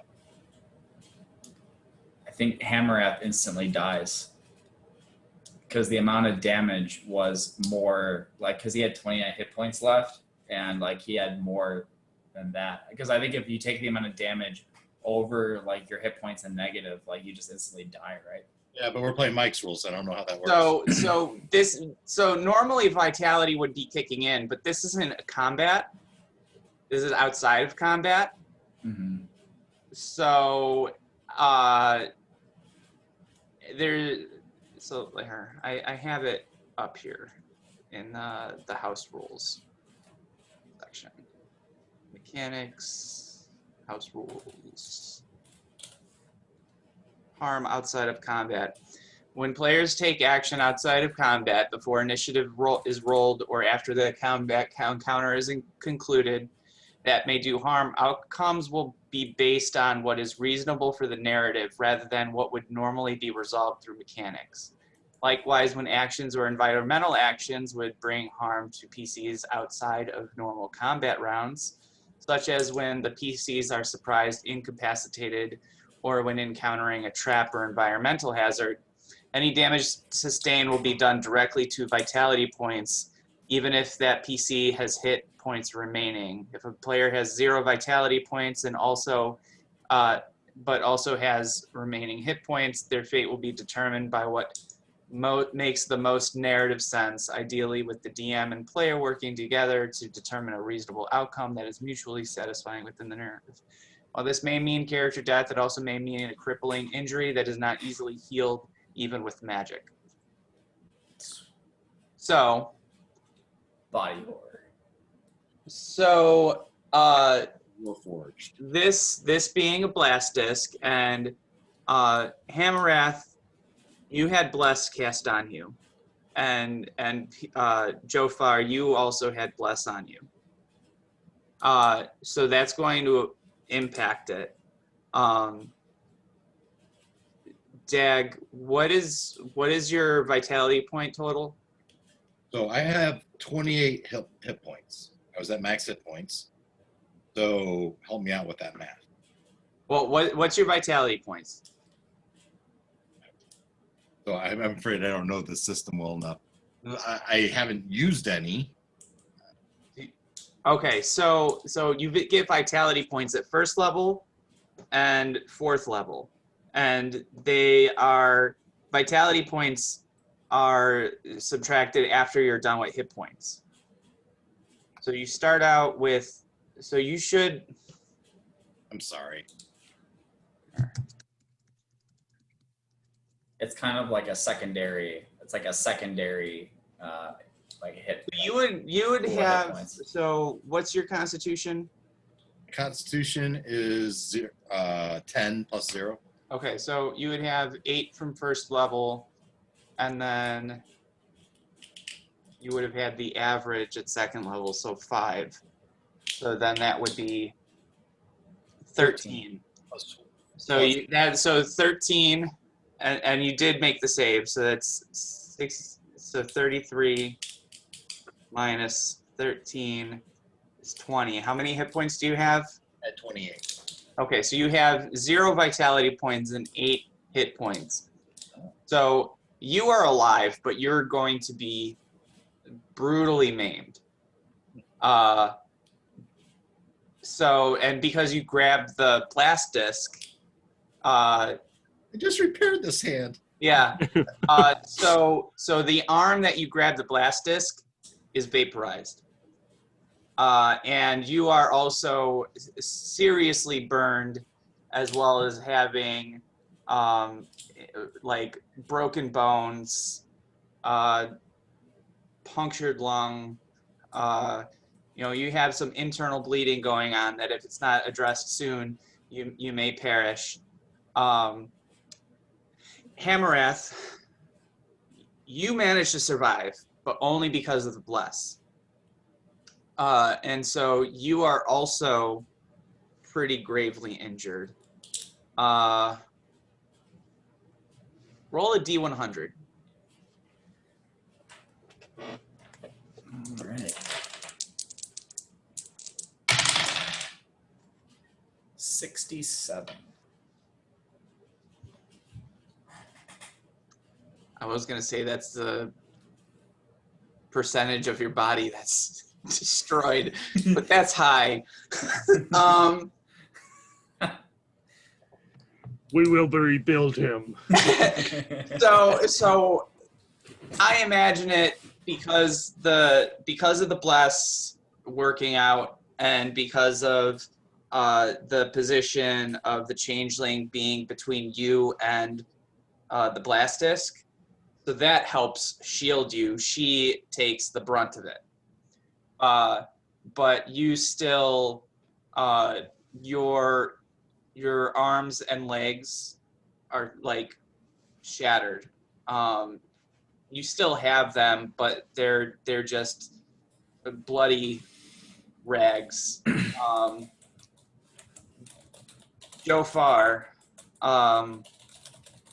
and so you have like one hit point and no vitality points right now. And Jofar, you take 33 damage. Yep. So, and because I'm going to say because you used the bless, and because you are farther away from the blast disc, Mm-hmm. you have some broken bones, and a concussion, and maybe some rubble was knocked on you, like some of the barrels. As you guys look around, the changeling is gone. Whatever this blast did, it completely annihilated her. You see one foot kind of like smoking in a boot, and the entire Sparkling Alchemist is absolutely destroyed. There's a whole wall that's like missing. Several of the support beams seem damaged. Some of the roof has collapsed. All of the windows, boarded or not, shattered.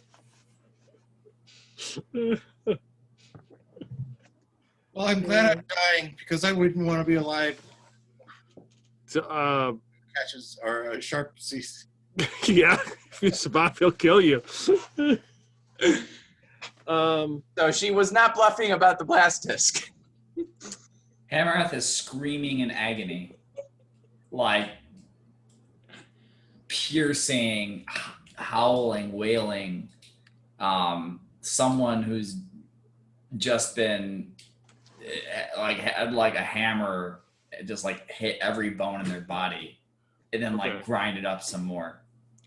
And it's like that scene in Saving Private Ryan where all you're hearing is the ringing and you see that person walking and they find their arm and they pick it up.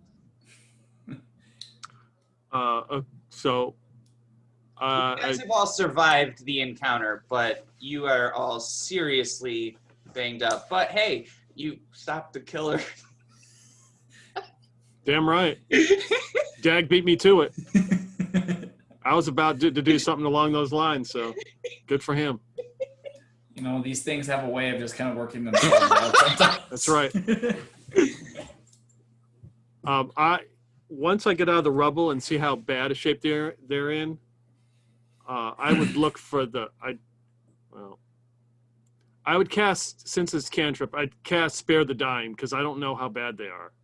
Okay, so that does help. That stabilizes, especially, both Dag and Hammereth have some internal bleeding going on, so Spare the Dying will help with that.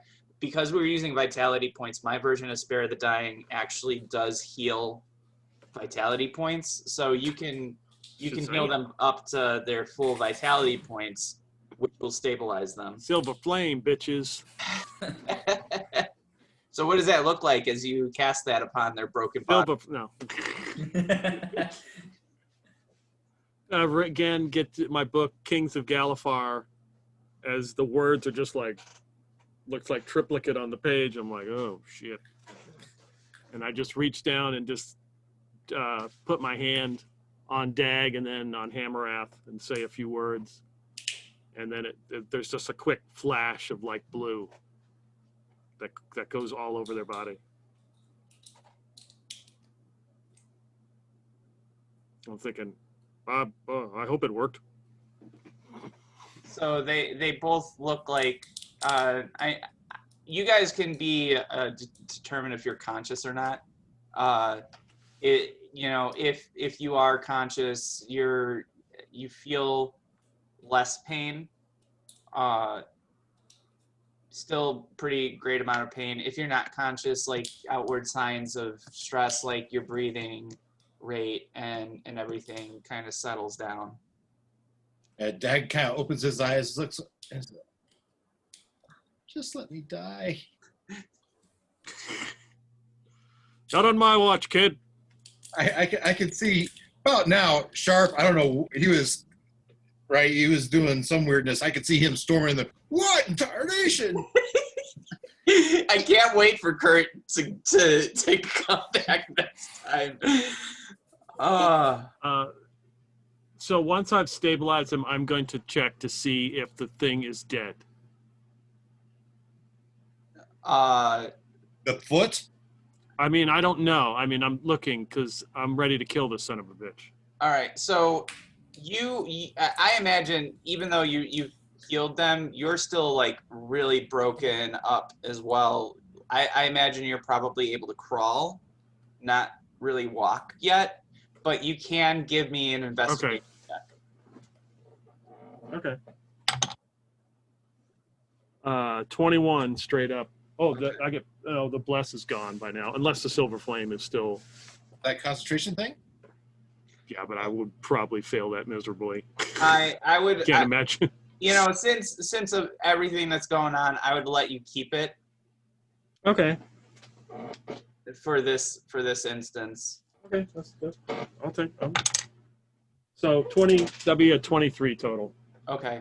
So you see bits and pieces of the changeling all over. You see like a mashed up bit of that you think might be a jawbone. You see a torn up hand missing several fingers and a lot of the flesh cut away from it. You see, internal organs splattered everywhere, including on Hammerath and Dag. It's pretty clear that there's no way this thing survived. Okay, good. So, I've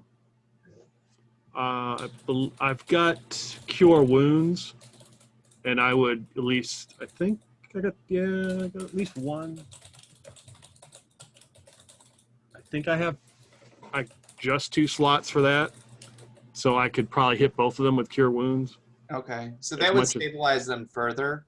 It wouldn't do anything about their grievous injuries, but it would. Right, but I just need them to pull through. Right.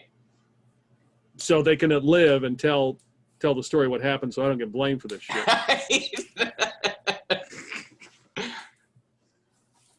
And then as I do that and like hoist myself up onto my knees, and I will call on the silver flame and use my cantrip, Sacred Flame, and burn the rest of what's left of this bitch. I'm just burning up everything. I do not want anything left. I don't need this thing reforming or some crazy shit. Okay, so you call the Sacred Flame to burn all of the rubble that contains any piece of this thing. Yeah. You racing it into ash along with exactly. The rubble. To Fernia you go, and you can whoever's down there can deal with it. It is still storming. But it's also probably about dawn. And with the loud explosion, you are starting to see some people gathering outside and some alarms going off in the distance. Yeah, I think by this point I am just exhausted from everything. and just hold my book close to me and just kind of lay down in the rubble and just pass out.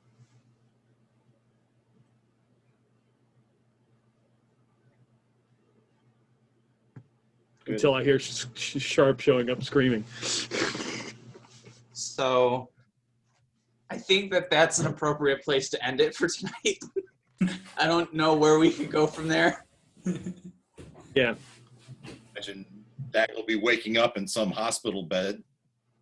Mm-hmm. Yeah. It did not go the way I thought it would go Excellent. at all. Very good. What did people think about that? About what? I think that's what About makes the session as a whole, but also that last. I think that's what makes it fun. You know, that's the spice that adds to it. You know. Well, and Dag's character is the sneaky, stealthy kind. It's what he wants to do. Yeah. And throwing the mouse out there as a little bit of distraction. I was hoping that would give me some sort of advantage, not whatever you call advantage, but some sort of distraction to allow me to get behind her. It did. Yeah. Plus, I had great rolls. Yeah. Right? I had what was my rolls? A 24 on my stealth, and then a 22 on my sleight of hand after using the point.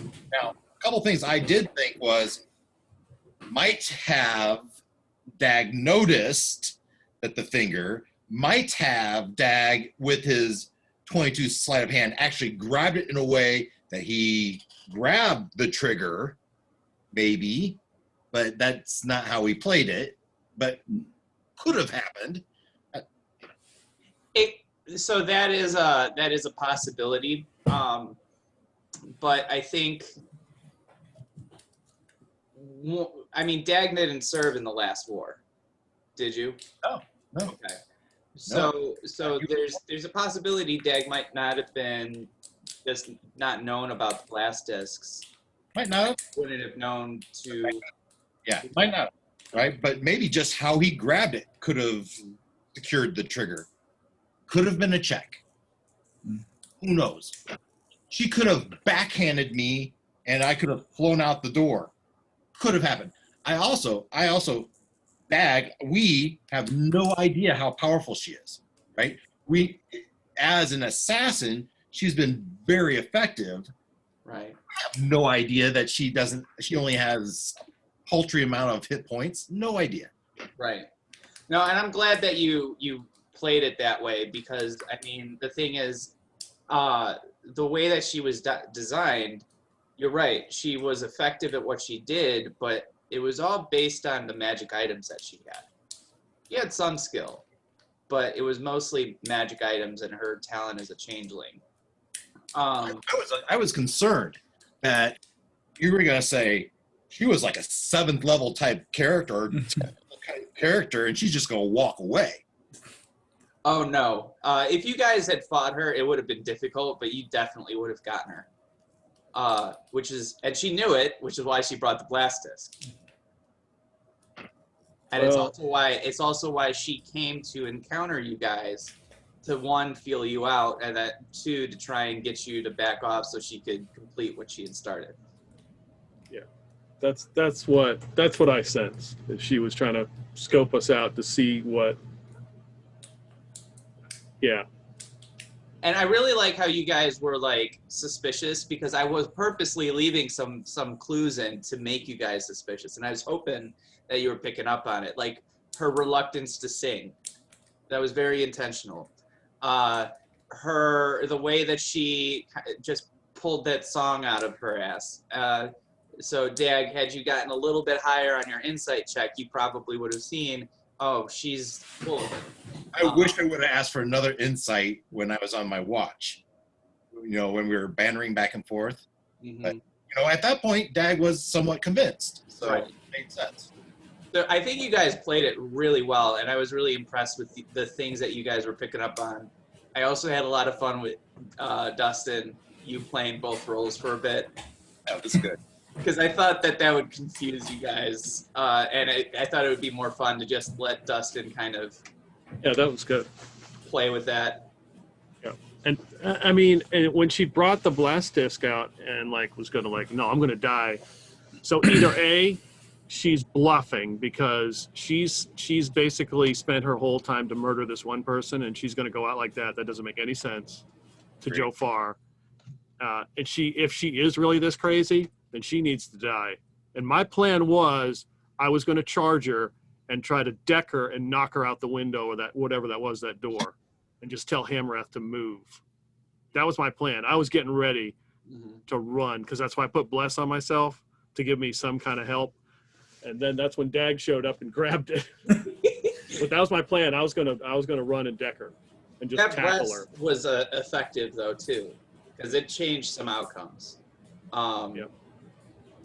And you did get some advantage from the rat to Dag, even though that was more behind the scenes mechanics. That did he did like kind of look like what, which gave you the opportunity to grab it, fortunately or unfortunately.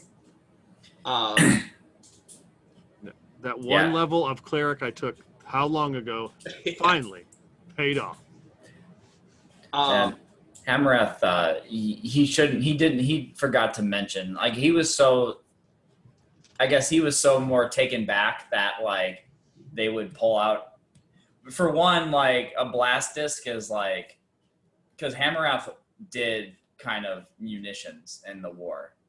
So, like, he knows blast discs really well. So, like, seeing one this close and in, like, this range, like, was like the world's about to end moment. So he probably, like, so he wouldn't have, he would have been, like, shocked, and that's why, and at the same time, like, he's so familiar with them that he probably just wouldn't have thought to say, by the way, there's a trigger.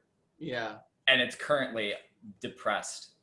You're more just in shock, stammering, thinking, "Oh God, this is it." Holy fuck it. Yeah, and to back up what Dave Dag said, she's like murderized how many people? There is no way she's walking out of here. If we have to go, and an unfair decision to make for the other players, but as Joe Farr was thinking, there's no way she can walk out of here. We have to kill her. If it means we all die, we all die. Because as far as I know, she's like murdering rampage everybody. So, and as me as the player, I was like, I don't know if everybody's going to be comfortable with what I'm about to do. And then Dag grabbed it. So Right, you and Dag were on the same page at least. we were on the same page. I wasn't thinking it was going to blow up. Yeah. Dag wasn't, certainly. Yeah. I think we all played it in character. We all played it in character, and I think it from, like, it wasn't the way it was initially envisioned, but I think all of our characters did what they would have done with the outcome, and I think that's what makes it good. Yeah, and I honestly didn't think you guys were going to do that, because she was really not planning on going out this way. She really thought that you guys would see the blast disc and be like, okay, we're just going to let her walk out because we don't want it blowing up. That's what she was betting on. Yeah. Clearly, she made the wrong bet. She's betting against crazy. Yeah. Nope. Also, so don't worry about Sharp or Solana, because Solana is obviously out. During this time, Sharp, while you guys were doing the watch, Sharp had a mysterious vision from his dead wife, as he often does, and she convinced him to go out and get some booze and to come back with that. Oh, I thought you were going to say he's like upstairs asleep, like passed out drunk, and this doesn't even wake him up. No, that was a plan, but just as he's gonna get back in time to see the sparkling alchemist and drop the bottles of booze that he bought in shock. Start passing him out. Not so sparkling alchemist. Yeah. It's a new holy site.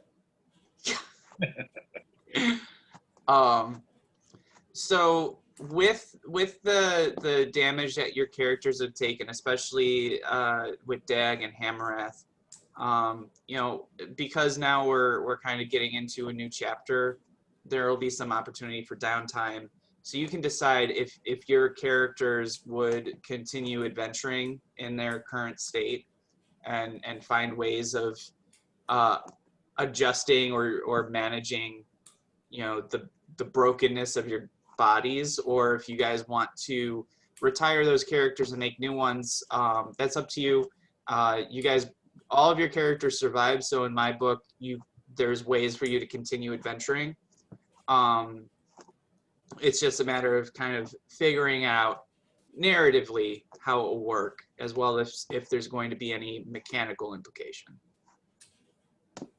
I Did you- think Hamarath, I think, you know, I mean, he's been 3 days into the job and he just got almost like completely maimed. And there is zero chance that his wife would stand for continue any further. So she ends up joining and makes Samarath stay at home. She can't stand dealing with him on his medical bed. Yep, she's like, screw this. So I think I might roll a new character. I still haven't played. I still want to do another alchemist because I didn't really get into it. But I might roll a new character. Yeah, that's fine. Maybe it will be Hamarath's wife. That would be awesome. You know, like that would be pretty.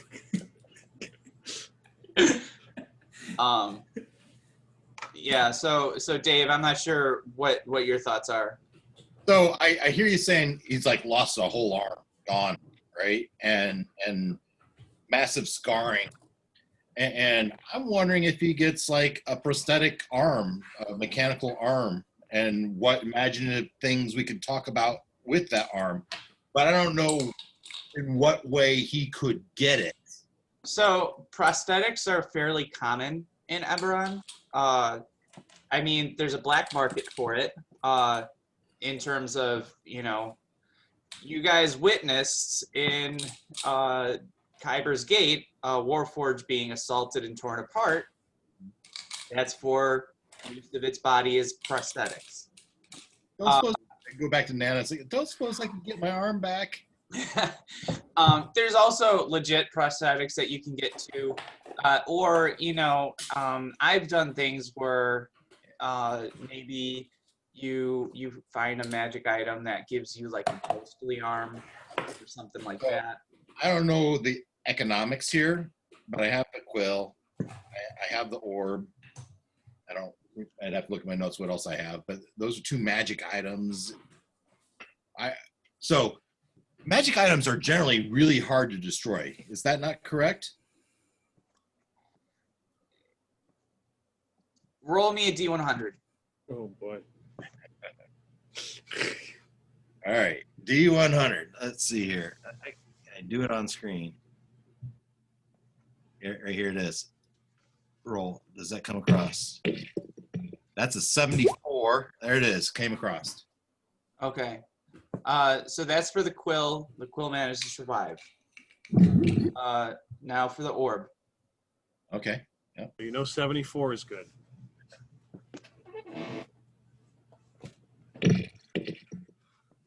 $63. Okay. So the orb survived. All right, now I'm thinking about my hat.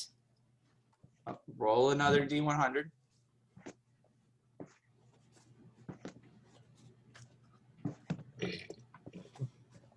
You're gonna need a new hat. 12. That was a bit- The hat was disintegrated. All right.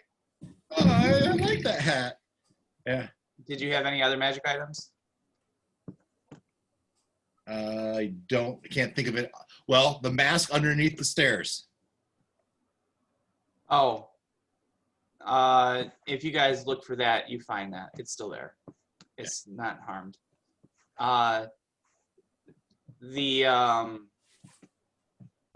Anything mundane that you would have had is destroyed. So you would need to get a new hoop pack and everything as well. Okay. Go to the hoop pack store. Yeah. Urban Who Pack Outfitters.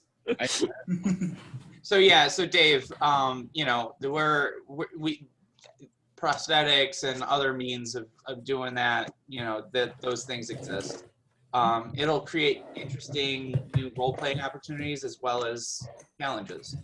So, because one interesting about prosthetics is they can be grappled and taken away from you in a fight. But a cool thing is, maybe you have a prosthetic that you store your thieves' tools in, or Maybe a got, like, prosthetic that has a hidden weapon in there. There's electrical charge. just attach your shotgun prosthetic. Unscrew my hand. Yep. So yeah, so we can discuss all that stuff, for sure. House Jarosco, from which I came, is the healing house, right? Yes, but they recently healed you, and you got a discount then. Yeah, that's fair. So you're gonna probably have to pay them full price for any healing. The person who solved the murder of all these people, the savior of whatever this place is, I can't remember. Oak Ridge. Oak Ridge. Yeah. Savior of Oak Bridge. The savior of Oak Ridge, they're going to charge him at full price. Bullshit. How do we prove we solved it? Yeah. Who's going to take our word? Talking to Joe Farr here, of course. People stop dying, That's the Yeah, that's, Exactly. I don't know. Maybe Coralina would pay up. Or, yeah, maybe was it Graf, the guy at Bluebird Inn? I guess Yeah, I think that was his name. we'd have to prove to We him. are going to start getting like jars and stuff, and we're going to get like a painting, a picture of Dag in his bad state, and post it on these jars like donations needed, and we'll start putting them around town. We'll have fundraisers. Oh yeah, I can see that. galas. Yeah. We can get to some of the higher echelons. Mm-hmm. Dance for Dags. Yeah. Dance for Dag. See, they're wearing a Phantom of the Opera type mask. Oh yeah. So how does level 6 look? Are we getting there? Is it close? You guys, when did you level up to level 5? I've been level 5 since I joined. So You were At least doing 3 it days. 3 days ago. We got level 5 when we finished the story arc before we even got to Oak Ridge, or as we were moving to Oak Ridge. Yeah, because I've had this thing for yeah. Okay. I think it would be fair for you guys to go up to level 6. All things considered.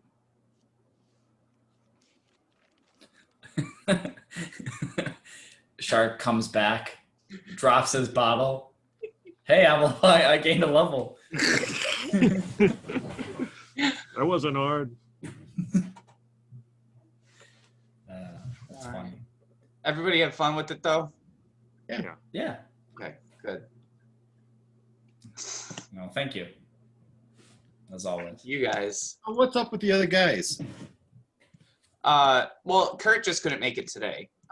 Josh has some stuff going on.